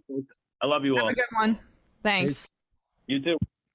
Actually, Binder, you might want to talk to Jason about that piece, about the punk piece. You might like that. What piece? I don't even know what you're talking about. So he wrote a piece about sort of like his time in the sort of punk music scene generally, and how that pertains to leftist circles these days. I have to check it out. It was great. Can we, speaking of TV shows, can we just circle back to Ted Lasso a little bit? And because I'm just in the mood to kind of crap on something, and I usually don't like to do this, and I'm sorry for folks that are Ted Lasso fans, because I think yucking someone's yum is bad. Ew. But look, but I'm going to do it anyway. Mitt Romney and Cinema did that, so we're just going to continue this. So if we could just put up maybe the image of them. Oh, Jesus. Yeah, she's one tough cookie. So that and is he proposing to her? He's giving her some biscuits. I guess that's some sort of reference. Now, I gave Bradley a sort of funny scenes clip, and I guess we could just sample these and see what kind of funniness. They better be funny, because if they're not funny, I'm gonna roast it, because that looks just like 30 Rock / The Office / any of these other shows I don't watch. That is a reference, by the way, to something in the show. Ted Lasso brings these cookies every morning to the woman who owns the soccer club, and she wants to dislike him a lot. She wants him to fail, but he does these things. He always thinks about her in a friendly, sexual way, and he's too likable to her. Wow. I can't believe Brandon just shat on 30 Rock, but continue. Pretty mad. So yeah, here's this funny clips. Let's see if it is funny. I've seen that it's not. I've heard that it's not, but maybe I'm wrong. Well, it doesn't have a lot of views, so maybe it's not, you know, a great indication. But I'm ready to judge it entirely based on this. Yeah. I promised myself I was never going to watch Fresh Prince again when they swapped out Aunt Viv's. But truth be told, as long as they let Carlton do his thing, I was always going to take a minute and just sit right there. Sidebar, Alfonso Ribeiro, the greatest physical comedian of the 19th, 20th, and 21st century. Case in point, right here. Bam. Iconic. Yeah? I never know how to react when a grown man does the Carlton in front of me. You can see a silhouette do this. You know exactly what it is. You know exactly who's doing it. It is the one, the only, Alfonso! Sorry, Miss Shipley! No. Okay. You can't get mad. You broke up with me. Like 24 hours ago. Well, how long's a man meant to be alone? What was I supposed to do? Shower by myself? And Jamie, thank you. Whenever I break up with someone, I spend months questioning it, wondering if I made a huge fucking mistake. But you have really helped me to feel good about this decision just by Okay, that's probably enough. you. Okay. You know, I do like Alfonso Ribeiro, though. I watched the new seasons of America's Funniest Home Videos, and, you know, Alfonso makes me laugh and smile every week. You know. You're turning into Ted Lasso before our very eyes. Well, I don't know. I guess the premise to me is a little weird because I watch a lot of European, like, just sitcoms and stuff just for my own enjoyment. And so, like, kind of having them, like, switch back and forth between, like, I don't know, that weird accent that he's doing, which I assume is just the entire thing, and, like, the you know, the normal British or normal, like, Irish accents. You know, just watch Peep Show. Listen, like, I don't think it's supposed to be laugh out. Like, I've seen it. I think it's an enjoyable show. I don't think it's the greatest show everyone makes it out to be. I don't think it's supposed to be laugh out loud funny, but apparently people are taking it that way. You know, it's just like, you know, if you feel like watching some positive, you know, and not anything that, if you want just like, you know, just get away, escape from everything.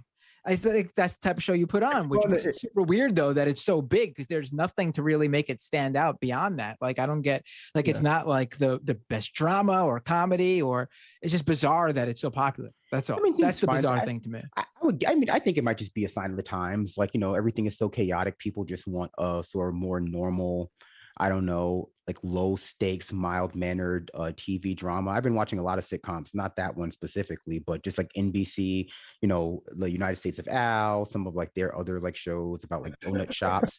And, you know, everything on those is a little like in your face, like everyone is like a diverse cast member. And this kind of seems a little bit more of a throwback, I guess. So maybe people are looking for something a little bit more nostalgic. I mean, who knows? I haven't seen much of it besides those two clips, but I mean, I think sitcoms have kind of had their heyday now.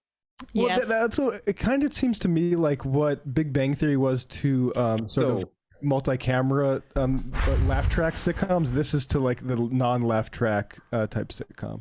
So I've been watching, not purposefully, little bits of Young Sheldon, and I've never seen Big Bang Theory. Not purposefully? Yeah. Well, it comes on before. It comes on before United States of Al. So like I'll catch like the last like 5-6 minutes. Vindicated. I'll catch like the last 5 or 6 minutes every week before the United States of Al starts. Last week, Wallace Shawn was on too, so it's pretty all right. What I've noticed about that show is that Young Sheldon is never on it.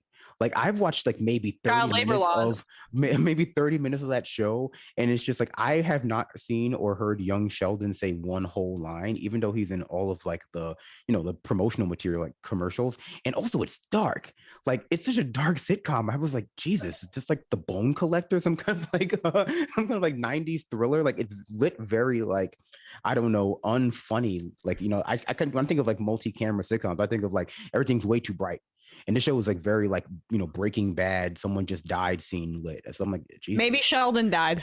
Maybe young Sheldon died, and that's why he's not in the show anymore. I think young Sheldon doesn't exist. I've been like a big proponent of this new conspiracy theory that young Sheldon is a mass delusion that's been, you know, perpetrated against us by the government to just see how far they can take it before people crack. It's a good theory. I mean, we're on the verge of cracking today when we're talking about Build Back Better. Or Build Back Nothing, basically. And Cinnamon Mansion, obviously, at the forefront of a lot of these conversations. I'm trying to make this transition work. It's not working that well. But basically, I want to transition to this Mehdi Hassan clip here because Mehdi Hassan was able to interview former Senator Joe Lieberman. Cinema's sociopathy is so strong that you can find all these old transcripts and quotes of her talking about Joe Lieberman and how he's just obstructing all the things that the Democrats want, and how he's basically not a Democrat and just going after Joe Lieberman. And now that she's in power, she's serving functionally the same exact role that Joe Lieberman did. So time to reflect a little bit on Joe Lieberman and he's worse than both of those individuals, Manchin and Sinema, because of his complicity in the Iraq War. Now, you might think, okay, the Iraq War is an abject disaster. Everybody in the country thinks so. Internationally made the United States a joke. We killed hundreds of thousands of innocent Iraqis. We devastated their infrastructure. We made sure that they didn't have any clean water. We undermined any faith in their government so that there is mass non-participation in elections. We spurned the rise of ISIS due to our involvement, let alone the tens of thousands of United States soldiers that we killed and the geopolitical disaster that it birthed. But Joe Lieberman thinks it was still a good idea. Have you shifted on the Iraq war? Before I let you go, I got to ask you about Iraq. We just saw the 20th anniversary of 9/11, the end of the Afghan war. You have someone like Chris Murphy now representing Connecticut that you sat in for the Senate. He's very critical of the Iraq war. Have you disowned it? You know, as recently as 2015, 2016, you were still saying you thought it was a good thing overall. It was a disaster. Are you willing to say tonight it was a disaster, you were wrong, you regret it, you apologize? Well, I'm sorry to disappoint you. I'm not. I mean, look, I was in the majority of members of the Senate Democratic Caucus who voted to authorize President Bush to go to war in Iraq to get rid of Saddam Hussein. After the war, after Saddam went into hiding until we caught him, the Bush administration made some big mistakes. And that went to the whole way in which they handled the Iraqi military, the Iraqi government. But my point of contention with a bunch of my fellow Democrats who turned against the war then was that we can't just cut funding for our troops in battle, which is what a couple of Democrats tried to do, and I was the decisive vote against. But come on, it was. And we can't leave this battlefield in defeat because it'll until we stabilize the country. And frankly, we did. That actually happened. But hold on. I have to ask this. We're out of time, but I have to jump in here. Thousands of Iraqis died, innocent men, women, children, civilians, in U.S. airstrikes, in massacres in places like Haditha, Memudia, Balad. I asked John Bolton this same question almost exactly a year ago on this show. Does none of that bother you? Doesn't affect your conscience? Doesn't keep you up at night? The sheer level of suffering that we caused in Iraq? Yeah, but of course it does. But the truth is that the people of Iraq were suffering terribly under Saddam Hussein, and so were the people of the region. I'm sorry, pause it. I'm sorry. I mean, or maybe we should finish, but I just like I wish Mehdi does a great job asking that question and nobody else in media is asking these questions. But the idea that we're going to still let these ghouls, these evil people, get away with Saddam Hussein was a bad man and they were living under tyranny. We're going to let them get away with that talking point.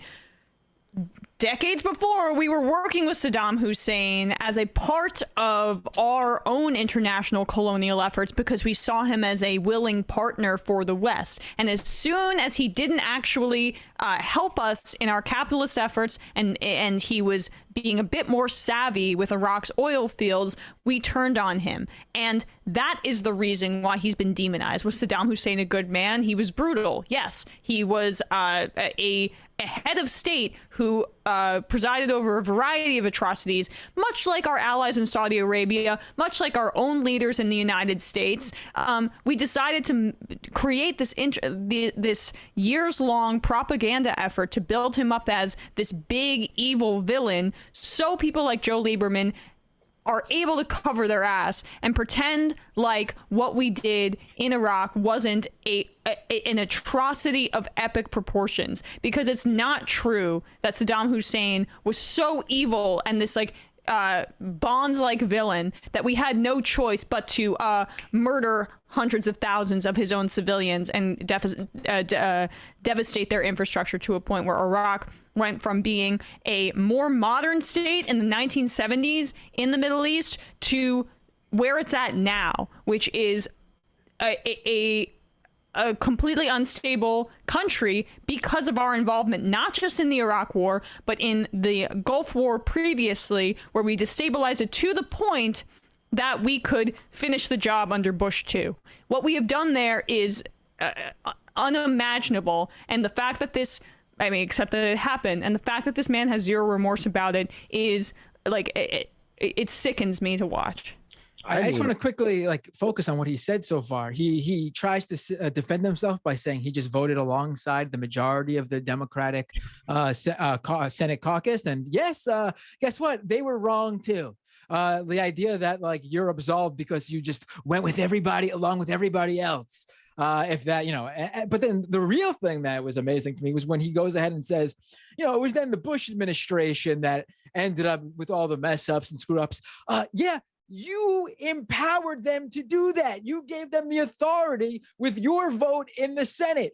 If you entrusted the Bush administration, George Bush and Dick Cheney and Donald Rumsfeld and Colin Powell, you entrusted them with your vote to carry this out. And guess what? That means you are responsible for what they end up doing. Thank you very much. I just want to set the record straight. I know I agree with both of you, what you said so far. And, because Hassan says thousands of Iraqis die. It's at least 500,000 Iraqis died as a result of, the invasion of Iraq by the United States. And the other part of it is, it's just such a low bar that we have. Not only just that this question wouldn't be asked to Joe Lieberman probably on any other, show he would be on, but that even matters. Who cares how he feels about what his role was in, contributing to the death of 500,000 people? It would be nice if he had remorse, but remorse certainly isn't the same thing as accountability. In reality, the lack of remorse and the lack of being, not asked about their remorse is just so people in the media can feel good about continuing to cycle them around these shows. And, him showing some sort of self-actualization doesn't make any of what he did okay. Theoretically, in a real country that had real laws and really cared about human rights, it would be a mitigating factor in his, war crimes trial, right? But to, him not even be able to engage in even the most performative remorse because of what it would cost him personally, and then for it also to just not really matter even if he had, it's it's just a low bar. I can say that it doesn't make it disgust me, but it wouldn't have made me think too much better of him that he said he did feel remorse. But it is what it is, I suppose. We can't do anything about these people, and all we can try to do is again, Joe Lieberman, Bush has been rehabilitated. Bush is cycling around on these shows soon. Maybe he'll be on Mahdi's show and he'll ask him if he feels bad about the Iraq war, and he'll say, I sure do. And then I guess people can feel good or bad about that, but it doesn't change what happened, and it doesn't change the fact that we're continuing down that same path, and we haven't really in any way put on any new brakes or added any new stoppers to the system to prevent it from happening again. Well, the Biden administration says Iraq was a disaster. He regretted his vote, and that he rightly withdrew out of Afghanistan because that war was also a disaster. He has not repealed the AUMF. Talk about putting brakes on the situation. The Biden administration has still presided over the twin authorization for the use of military force, which allows the president to have this extreme authority to essentially wage whatever war that they want. So if he was actually fundamentally interested in putting brakes on the situation and preventing the United States from doing something, he wouldn't have just withdrawn from Afghanistan, which was the correct thing to do, and he deserves praise for it, but he would have put something structural in place. The reality is that these power brokers want the ability to do another Iraq. And as you both point out so aptly, one, it doesn't necessarily matter if they feel remorse, but two, this could happen again. Biden's currently doing this pivot to China where we're ramping up this militaristic rhetoric towards one of the biggest powers in the world because it makes sense electorally, and it's a bipartisan effort, just like we saw then, pretending as if China, which has something like 8 military bases to our over 700 military bases internationally, presents some sort of military threat, when in reality it's an economic threat. And so the powers that be drive this up, ramp this up irresponsibly because it threatens capital, and they want to have this kind of Cold War type capitalistic rivalry with China because that helps people and it drives up interest in competing with China. And it's irresponsibly wielded, and now there are no structural barriers in place to prevent something like this from happening again. So, you know, people don't even necessarily realize how much military presence we have in Africa right now. That could be the next frontier for the country that we decimate. And not to get too hung up on this, it's just this enrages me so much. Like when Lieberman says we help stabilize the country, we took a vase, we shattered it on the ground, and like put a band-aid over it. That's stabilizing the country? You deliberately shattered it. You shattered it. And you did it twice. I mean, it was like, yeah, in 1990, and then let's do it again in 2003. And we're going to kill hundreds of thousands of people and children and shorten life expectancy and create disease and famine and all of these things because oil. Yeah, and also the explicit goal of the United States government, I mean, not explicit, but despite the explicit goal of the United States government, the goal of our foreign policy project in the Middle East and Africa has never been any kind of real stability. It's always been to, increase chaos in a way that makes it easier to extract resources, natural resources for them. I think your point about Africa, Emma, is a good one because, Biden ended the war in Afghanistan, the war in Iraq, I guess, is kind of over too. But we're still engaged in multiple shadow wars in Iraq.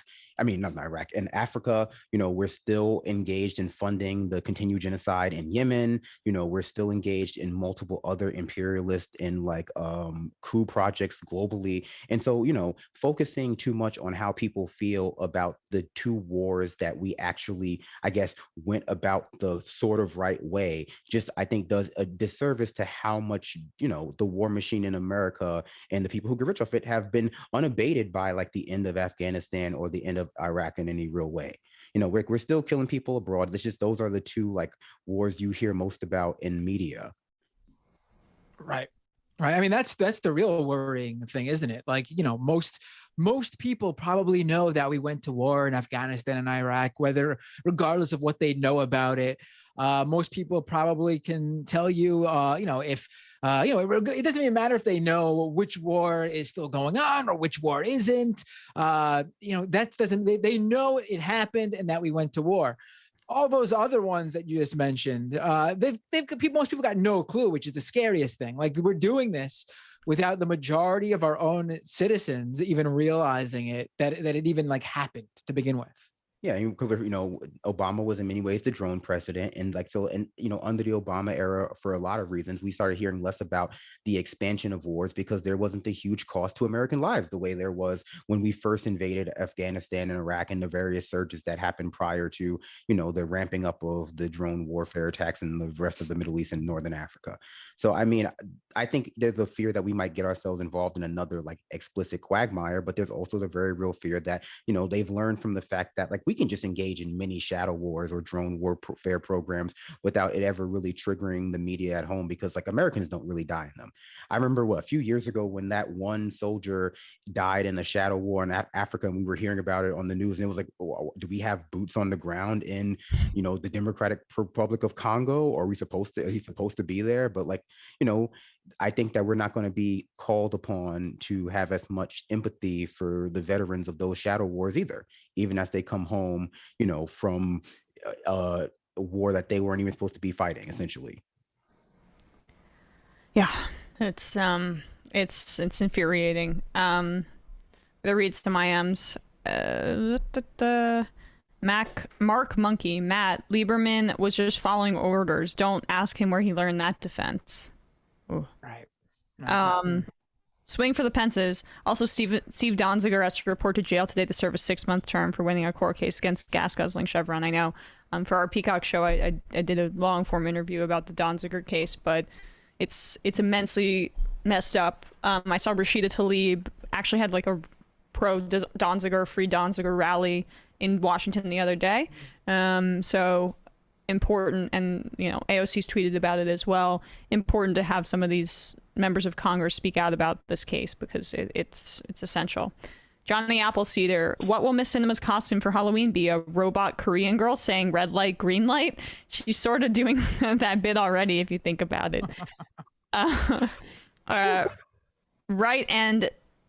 Right-handed lefty. I really am starting to think that you guys only like to be contrarian when it comes to pop culture. I just said I love 30 Rock. There's nothing inherently political about Ted Lasso, but it's a shitlib show. I just read an IM that said it. You haven't seen it. No, it's not shitlib show. I mean, I guess my problem is it's just like the aesthetic of comedy and basically like tame. That's just not something I like, and I can see why somebody like Mitt Romney likes it. Yeah, you haven't seen it. They're shitting all over it based on Romney cinema and a few clips. Superheroes are capitalists just based on MCU and not based on billions of pages of storylines that cover the gamut of political and social spectrums in comic form. However, the NFL is okay, even though they're the most corrupt entity outside of FIFA, the Senate, or the IOC, and are currently covering up a sex scandal. Base your opinions on actual facts, guys. I don't think we say the NFL is okay. I literally critique it regularly. Yeah. Yeah. For the record, I was defending Ted Lasso just like I defend Nancy Pelosi. I mean, I just think it's a good show. I just don't think it's as special as the attention it's getting as being like this great show. But it's a good show. It's a good show. I don't know about his politics. It looks boring to me. I'll be honest. I mean, contrarian as it might be, I won't be watching Ted Lasso.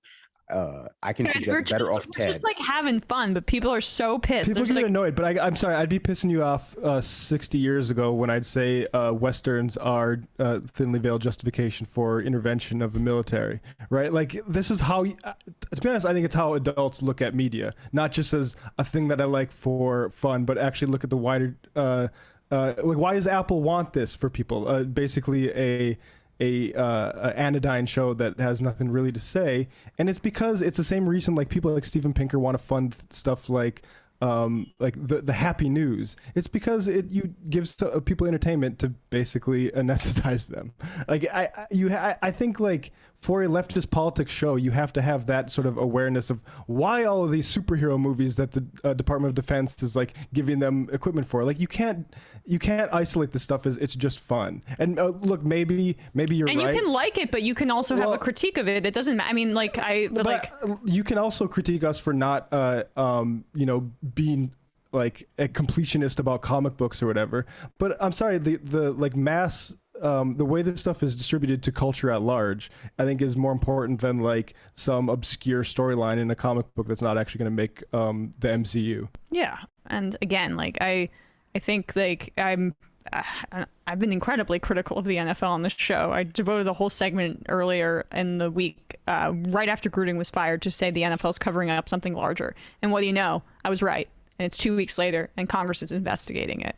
So I know what I'm talking about, and I'm critical of it as well. Yeah, and like I don't know, I watch stuff that I think I don't like the politics of it. I think that's fine to do, but I think you should actually like participate in those conversations. Sebastian Lemba. Oh, sorry. I'm gonna say, is this about the Eternals movie? Because I'm not gonna have a conversation about that. That barely even looks like a real thing. I have no knowledge about that whatsoever. It seems like everything like more about Marvel now has to be about the Eternals movie, and I'm just like, look, the buck has to stop somewhere. Marvel lost me after the Endgame. Endgame was it. Like that's I didn't even see that one actually. Infinity War. After Infinity Wars, I Infinity War was good, and then I heard Endgame wasn't as good, and I was sort of like boring. And then also I had a daughter that year, so I wasn't going to the movies. That's the real reason, not because I had some. What excuse is that? I will say a lot of times the reason why, I mean, I watch the United States of Al. So like I have a high Do tolerance you? for I things haven't being- heard that yet. No, I if you haven't, let me assure you, I watch it all the time. I catch it live. But no, a lot of times, ironically, I find that like I will criticize something based on like its entertainment value as like the basic level of why I watch stuff to be entertained, and people will project whatever level that they feel like is defensible about it onto that. I'm like, well, I think that the songs in Hamilton are bad, which makes it a bad musical, and then they'll go, you don't like the politics, or you don't like some other like artsy aesthetic. I'm like, no, I think that technically it's like a bad thing, or like I don't like the quality of writing in the New York Times, and they just like elevate it to some level that makes it okay for them to defend it, because they enjoy it, which I'm like, I just at the core level, I just don't enjoy some stuff that other people enjoy, and of course that makes me I mean, I better than them is what I was going to say, but Oldie Saltine says, on a different note, I tend to not agree with Brandon's pop culture takes, but him saying just watch Peep Show was clutch. And then we have another take on an earlier caller, Sebastian Lemba. Attack on Titan is not fascist. I don't think it's particularly well made. The nation of the main characters are from essentially a persecuted and oppressed people internationally due to xenophobia and vulgarized historical narrative from the expansionist global superpower that subjects them to concentration camps, and the main characters fight back. Yeah, that's what I thought it was. Yeah, that's why I say like there's a lot of like debate, because like it's still ongoing. So a lot of critiques people have about the show are kind of like developing as the story is developing. So you kind of have to take it with a grain of salt, Mo Jomin, the Americanization of European football, the leagues that make a lot of money. The Americanization of European football, the leagues make a lot of money. Just an observation. But when Minneapolis burned during the Floyd riots in neighboring St. Paul, a brand new soccer stadium, and McDee's stood untouched while everything around it also burned. New market rate apartments are still going up at this moment. I'm not sure what your point is, but appreciate it. Poochu says, Emma, if you love the NFL so much, why don't you marry it? All right, let's take a call, I think. All right, let's do it. Let's go to the phones. I will take this one right here. 978. What's your name? Where are you calling from? 978. Hello? Hello? It's not highlighted yet, so. Well, that's weird. Okay, let's go to, I'm clicking it. It's not working. Let's go to 760. I think it froze. Oh, here we go. Okay, 760. That worked. What's your name? Where are you calling from? Is this me? It's Becky from San Diego. Hey, Becky from San Diego. This is you. What would you like to talk about today? Well, first of all, hi. I'm a longtime viewer, first-time caller. I felt like I had to call in after the after the eugenicist from yesterday. Yes. I don't think he ever actually used the word antinatalist, but that's what he was. I am too, and I was hoping you would let me give a more compelling argument for it than he did. I have no idea what's going on here, but let's do it. Be brief. Oh, you missed something big yesterday. Could you give a quick summary of the whole thing, including your take? No, please just give your take. No, okay. Is that long and that bad? Okay, I'll try to keep it really short. I'm also super nervous, so sorry if I sound a little off. But okay. Basically, so if you don't know what antinatalism is, antinatalists assign a negative moral value to human reproduction. And people think that we're crazy and evil, but really we're motivated by compassion and selflessness. Basically, we think that creating a life is like the biggest violation of consent possible. And people usually have children for selfish reasons, like to care for them in old age, to live forever through their descendants, or to give meaning to their own lives. And that people rarely consider the implications for the child itself. I mean, there's a reason that the birth rate is declining globally. Well, there's a lot of reasons, but one of them for young people is that we just think the world is going to be screwed enough in our own lifetime, and we don't really want to like sentence our children to that life. I don't think like, that's why most. Me. I don't think that's why most young people don't have kids. I think the reason most young people don't have kids, and the vast majority, I would say, is because they can't afford it. They can't afford. Oh, absolutely. I'm not the only reason, just a contributing factor. That is some of it, right? And I think that's fine as a personal choice. I would also just say I think it's a bit reductive, your reasons for why people have children. I don't have kids myself, but I think that, I don't know, Binder, you can speak on that maybe, but I'm just saying if my parents did have me for any of those base utilitarian reasons, I'm glad that they did. Well, I mean, I think people just want them generally. For don't you whatever need reason. to have a kid though? Don't you, like, isn't it on the very basis? Like, listen, I'm not religious, but the ultimate like tenet that I was taught as a young Catholic boy was like, you can't love anybody else before you love yourself. So, but the very base of it shouldn't, I mean, you're gonna have to selfishly want a kid to be able to show that child love. You have that kid for yourself, and then you live out your life, to do things for that child, for them. Absolutely. I think what it comes down to, whether or not you sort of would want to be an antinatalist, is if you think that the future, has opportunity. If you think that we're not totally screwed and that, climate change is not going to make a dystopian future.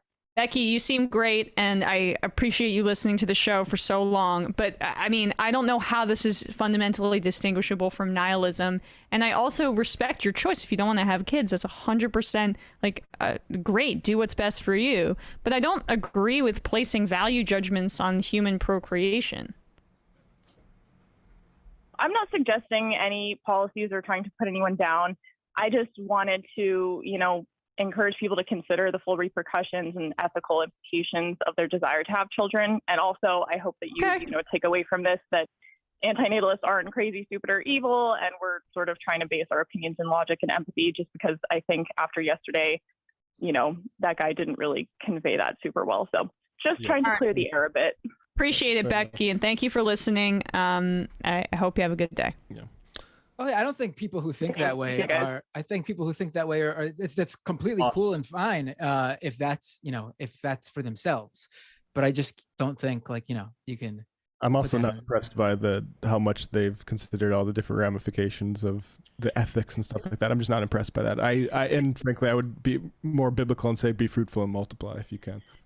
I would just say, I don't think the way we relate to our children or the problems that the caller or anyone who shares that sort of opinion would are identifying with the idea of having children are linked entirely with the idea of having kids as opposed to the larger society we live in. And so to kind of make it entirely about let's say the sort of environmental impact of having a child versus not having a child, or sort of the social impact of raising a child in a world where things are crumbling around them, or that they might be the victim of racism, is in many ways just not necessarily giving up, sort of nihilistic, but throwing the baby out with the bathwater. That doesn't necessarily mean I want no pun intended. It's just I meant it that time. So I'm glad it came across, but really, no, I just mean those are not problems with having kids specifically. Those are larger problems we have as a society. We've had, people have had kids as long as there have been people. People have not had kids as long as there have been people as well. But, generally speaking, the issues that people tend to identify that makes them think that, not having kids is some sort of big social, environmental impactful movement is, in my view, wrong-headed. Whether you want kids or not, you have to understand that the problems that we're facing are not going to become better or worse with that sort of choice. We still have to engage with solving the issues proactively of climate change. Yes. I think it's just a different type of generational politics. And it's dangerous to suggest that those having children is contributing to those problems. I worry about the eco-fascist implications taken by people like Tucker Carlson, for example, when you delve into that conversation. Or even and also the reduction of population is not going to reduce, our emissions in a real way. And it's also imagine if you're 50 and all of a sudden, oh crap, we figured out carbon capture and we did a socialist revolution. All of a sudden the world's great now. I mean, I'm not expecting this to happen, but then I should have had kids. They could be 25 by now and enjoying this. Adopt. There are plenty of kids. Fair enough, yeah. Well, everyone else is going to listen to this train of thought, and there'll be no more kids. We'll have a children of men scenario. Well, I mean, where I can agree with the co-holder is that, like, the need for biological children, I think in some ways, this is a result of the same things that are dividing us socially, because people have adopted this idea that, maybe the only people I can really relate to are people who I'm biologically related to. And I think of as my, the family unit being the largest viable unit of society. But, that's not everyone's motivations. And that's just something that we've been socialized with. And again, not a child's fault who you may or may not have, but something we need to work on as adults, right? Awakened Joe says a lot of infertile copium on the show lately, huh? Well, that's yeah, exactly. I'm not saying she's infertile. It's like funny from that from the Dan, the libertarian caller the other day. I mean, look, if you're going to take an issue like that, you got to expect a lot of pushback. You're going after a fundamental, like, biological drive and trying to moralize it. Like, yeah. I think it's tough. 704 area code. I don't think antinatalists are crazy and evil. I think they're annoying and tedious. Shut up. Wyoming Ryan, what do these compassionate eugenicists people think about their parents? Do they hate their parents for bringing them into the world to suffer? I mean, possibly. Flare child. That's where I'm glad I was born. Me too. I don't think it was a selfish. Yeah, I mean, life is, even if you look at it that way, like, life is short. Like, you have the rest of time to not exist. Just experience being alive while while you have it. Then there's a highway. I mean, I'm sorry, I want to make that joke. Oh, Flare child. As a new parent, I've found a new depth for all humanity. I think that's like one of the most. I don't have kids, but Matt, maybe you can answer this. Like, did it give you a new perspective on humanity at large when you had kids? Yeah, like, I mean, I have younger siblings, so I always knew I would like kids and want kids, but having your own kids definitely changes the whole ball game. You look at things differently. Yeah. I mean, I think, having your own kids, and like, it can also increase people's desire to make the world a better place for those kids. Maybe that's wrong. Yeah, I don't know if there's a lot of evidence for that. I think it might make people more conservative, but there isn't. But is that age, or is it having kids? Well, I mean, maybe it could be like the imperatives under capitalist society that you need to, like, work and, stop paying attention to a certain sector of society when you have kids. But I don't think parents are. I don't know. Maybe I'm wrong, Binder. You can speak on this. No, I mean, Matt, I was trying to put a positive spin on it. People could really go either way. Like, we see people who have kids and then really just care about their kids and what's best just for them, not really, That's true. Generations as a whole. Right now. Yeah. Right. I am wrong. I am wrong. Gamic, I started using my father's Apple Plus TV account for the new Jon Stewart show. Now I have to check out this Ted Lasso, LOL. Nito DeVito, are you guys surprised about the lack of right-wing extremist violence? We know a lot of their groups are violent, but with the increased violent rhetoric, I'm surprised there haven't been more serious terror attacks from the right. I agree. In terms of I'm surprised at a lack of political violence overall, frankly. I don't know. I feel like going that way gets a little bit too into, like, the right-wing contrarians who are all about civil war and it's going to happen anytime soon. Like, I don't know if it's that surprising. Like, I mean, most people truly just aren't engaged. And I feel like if you're going to do something like that, it's going to completely change your life, whether you get killed or go to jail, you want it to have some effect. And, people just people just won't care for the most part. We've seen people do stuff and look what happens. Like, the few moments that they have, they get caught or they commit suicide or they get shot and nothing changes. Well, I mean, I wouldn't say there's a lack of right-wing political violence. I would say, it sometimes fails to reach the level to which that we've become accustomed to be, like, real, right-wing terrorist violence. We don't have, like, people marching in the streets with guns, mowing people down, but, hate crimes are on the rise. The numbers, there haven't been as many mass shootings in America for a while since we were under pandemic, but those are on the rise as well. And we know a lot of those people are still being indoctrinated by far-right organizations. There's, hundreds of anti-mask protests. I think, it's dangerous to say far-right violence is not necessarily on the rise because it privileges a very specific type of violence that I think, people are becoming more and more accustomed to thinking about, post March in Charlottesville, where that fatality was. And, I think the court case is still going on now. But like, the sort of acts of interpersonal violence against like people of marginalized communities, and also just like, structural violence against them is very, very high. Whether or not we ever reach the boiling point where like we have militias full of far right people in the streets actively trying to take power in a way that's concerted, I think is debatable, because of like, Americans are just full of distractions. But that shouldn't distract us from the fact that people's lives are being impacted by the rise in violent rhetoric, in the rise in sort of like polarization and frothiness being raised by like far right demagogues. It's just not necessarily always going to be the type of people who would be a victim of a workplace shooting, so we don't hear about it as much. It's just like, individual trans women being hurt or killed by, like, you could do the transphobia. Let's talk a little bit. I mean, we have some sound on actually a positive story. This CBS News story here talking about violence in schools. It's like, I mean, of course, we're seeing a rise in extremist violent rhetoric from the right, school shootings, as you mentioned, Brandon. There's a lot of, and has been for a while, a concerted effort by the right wing to over police schools and to arrest kids who may be misbehaving in schools. And of course that disproportionately falls on Black and brown and low income areas. In Shreveport, Louisiana, though, they're trying something a little bit of different. This group of dads organized a crime intervention group in order to prevent police intervention. And CBS covered this. It's pretty cool. Let's take a listen/watch. Not many good news stories begin in such a bad news way. It happened last month here at Southwood High School in Shreveport, Louisiana. Plagued with violence. Over the course of 3 days, another fight. 23 students arrested for fighting. Massive police response to But strangely, there hasn't been another incident since. Perhaps in part because of this most unusual crisis intervention team. Nobody here has a degree in school counseling. No. No majors in criminal justice. No. Your qualifications are? We're dads. We decided the best people who can take care of our kids are who?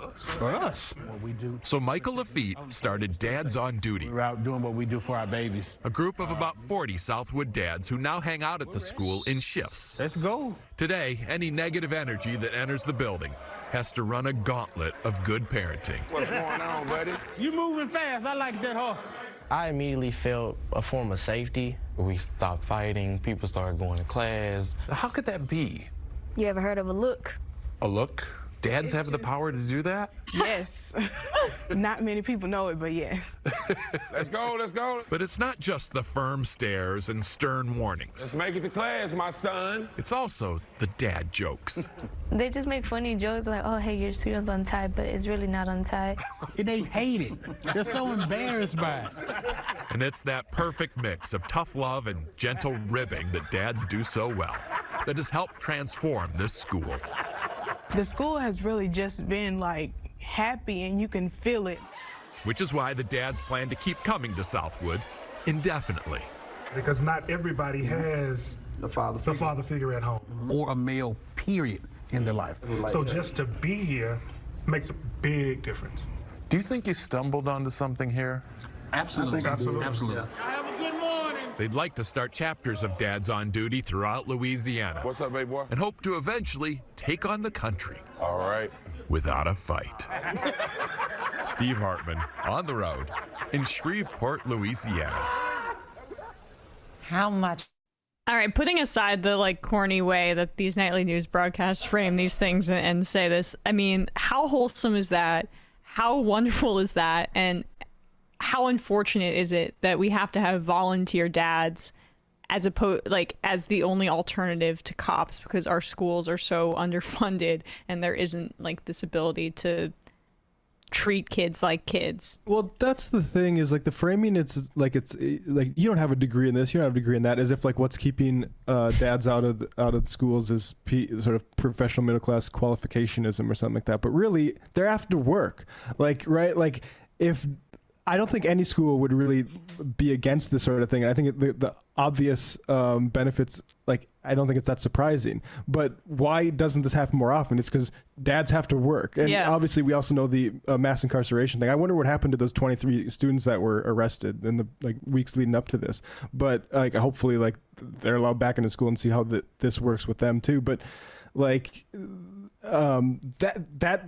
the problem, right? Why dads they can't be there because they have to work.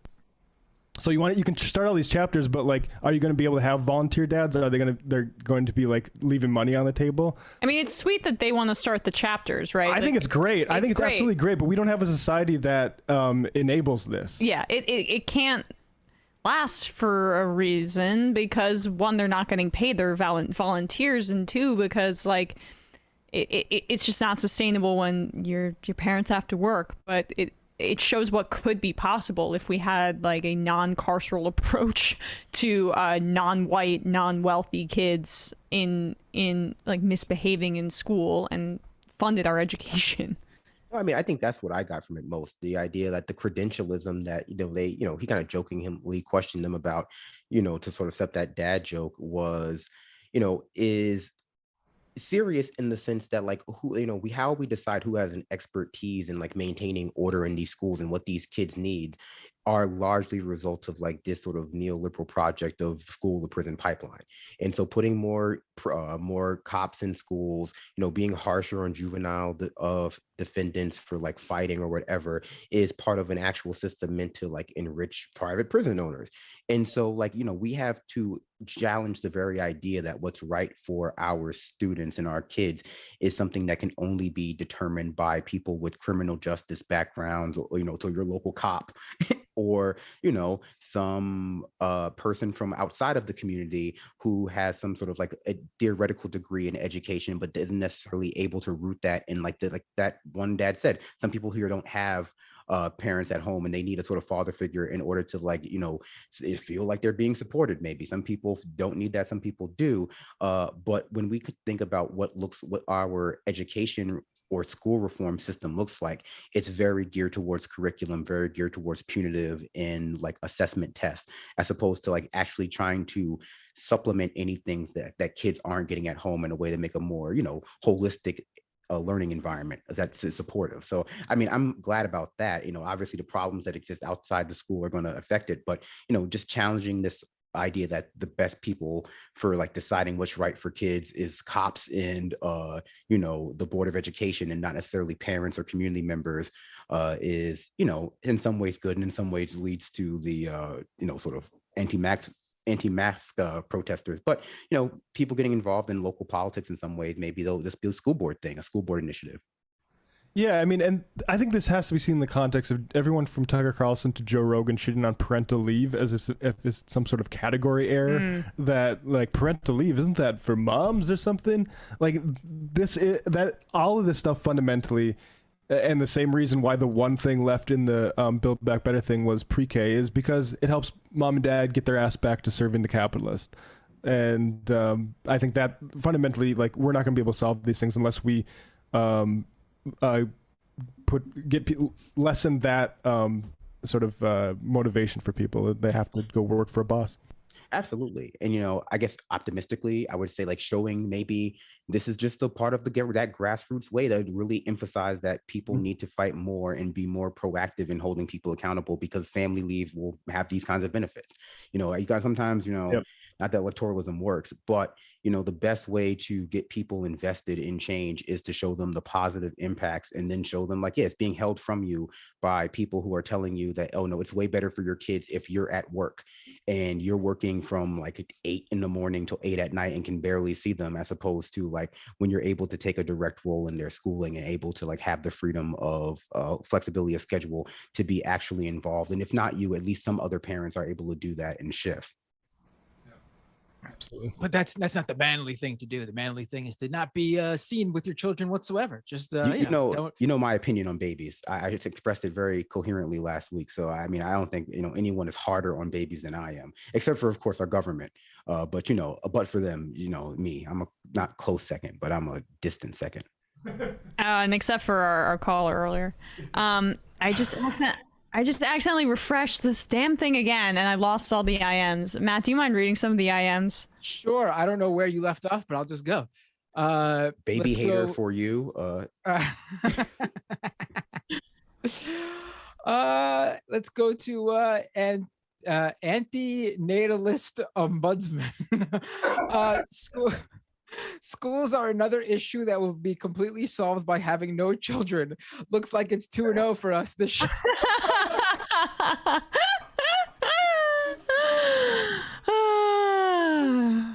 I'm sorry. I just got distracted by Facebook's new name change. Have you heard about this? They just announced it. What? Their new company name is now Meta. Of course, forget that dumbass metaverse. So it's like Alphabet for Google. Yeah, that's kind of it. How are they spelling that? META. Oh, like Meta. Meta. I don't know how to say it. Whatever it is. All right, I'm getting some more IMs now. I'm sorry, I didn't mean to hand that off to you. Maybe we should take one more final call though, if that's okay with you. Oh, sure, let's do it. And then I could do the IMs, no big deal. But yeah, let's all right, go for it then. All right, let me read some more IMs. Let's do another call. Why not? Right? I love calls. Let's do calls. Let's go to this one right here. 314. What's your name? Where are you calling from? 314. Hello, everyone. Chris from Taiwan. Hey, how are you doing? What would you like to talk about? Well, I've kept the moniker Chris from Taiwan, but I actually moved to Minneapolis a year and a half ago, and I was hoping I could plug the mayoral candidate I've been working for. Yeah. Sure. Go ahead. So our bootlicking corporatist mayor, Jacob Fry, is up for re-election on Tuesday. The whole world saw what he's willing to let his cops get away with. You all saw them indiscriminately attacking nonviolent demonstrators, street medics, journalists, and none of those cops were ever fired or even disciplined. And he has proposed tens of millions of dollars in additional funding for that abusive department.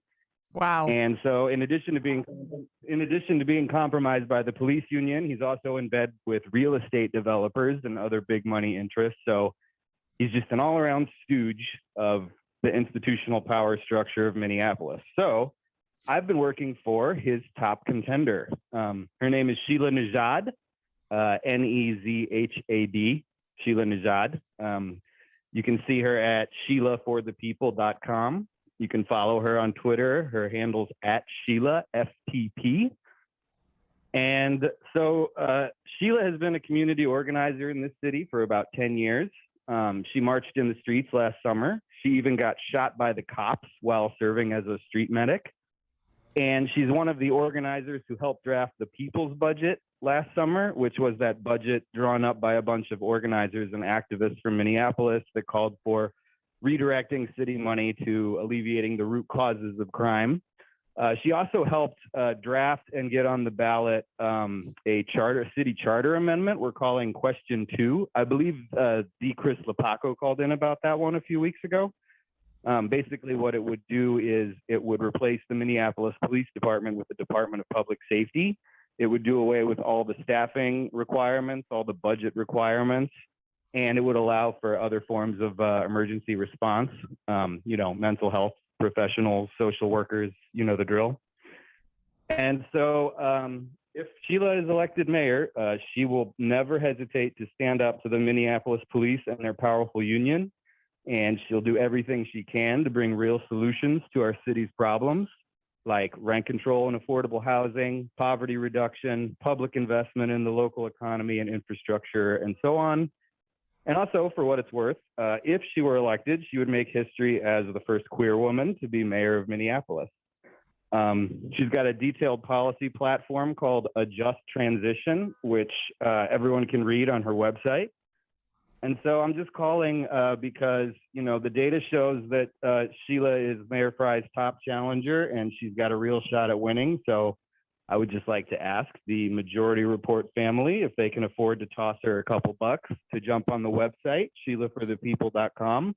Also, if you live anywhere near Minneapolis, we're doing a citywide door knock this weekend. We're going to hit every neighborhood in the city simultaneously. You can sign up for that on the website as well. So everyone, if you can help, please help us make history here in Minneapolis. Our city needs to heal. And if Sheila wins, that would go a long way towards helping us heal. Appreciate it. Awesome. Thanks for the plug. Yeah, thank you guys for listening. For sure. All right. Just want to say for patrons of Left Reckoning on Saturday and for everybody on Monday, we'll be putting out an interview with Jacob from MPLS podcast on these municipal elections. All right. I mean, if we defund the police, who are gonna, I think a lot of people are asking this, and so I need to voice it. Like, if we defund the police, who's gonna pass out after touching mysterious white powder on, crime scenes? Who's gonna do that? Their most important job. Prairie Fire Kowalski says, Matt, show us your stern dad glare. I don't think I got one, honestly.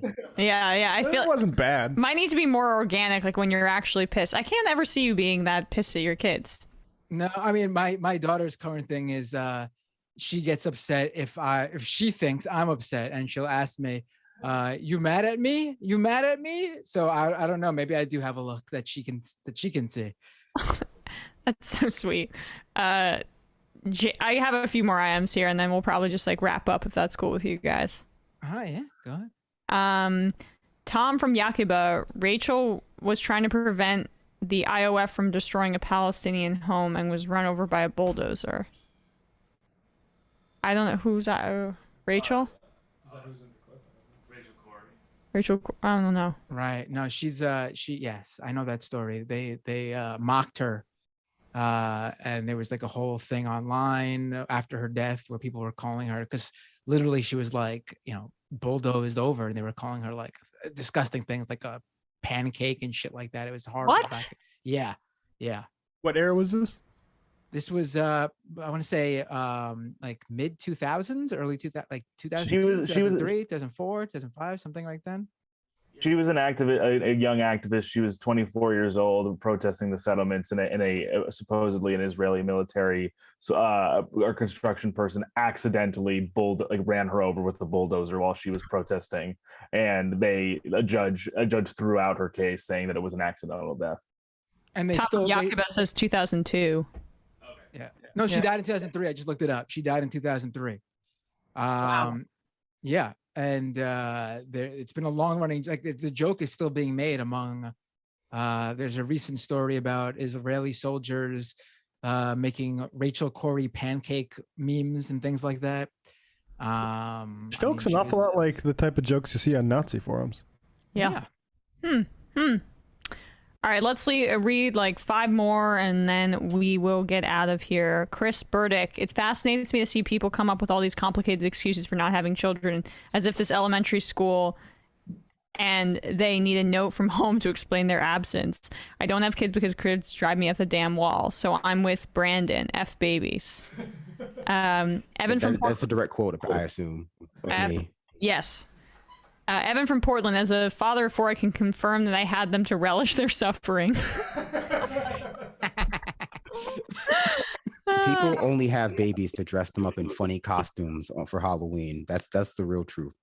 Yeah, I mean, like the calendar where they do 1 month, 2 months, like here's my baby dressed as a professor, or here's my baby dressed as a skeleton. Is anybody here upset their parents weren't paralyzed by the ethics of procreation when they were I think we're all pretty okay with them being lax on the ethics there. Yeah, but that's because we're selfish. Colin from Nebraska, in red states it'll be patriots on duty. I'm scared. It's not, I mean, that is Louisiana, but it just happened again. Can you read 3 more IMs and then we're gonna get out of here? It's like this MacBook, when I just put it anyway, please, I'm gonna smash my laptop if I keep thinking about it. That's how I know I'm hangry. Matt, just read some more IMs, then we gotta go. All right, sure. Let's go to Titan Taylor Green. If you cannot watch shows without political analysis, especially on the surface, TV and shows aren't for you. We also don't live in a world with fucking titans. Holy shit. Kowalski says, have kids. We need the numbers to fight the fascists. Dami Mami, people who are unable to derive any juice from life, instead of saying they do not know the art of living, they like to say that life is meaningless, sour, and not worth having. All these anti-birth people have this very anti-life attitude, ironically, in the name of being against death. These people are against life and they're only fooling themselves. This is really taking over the majority report discourse, hasn't it? Like the great math wars of 2016. People are way too into babies.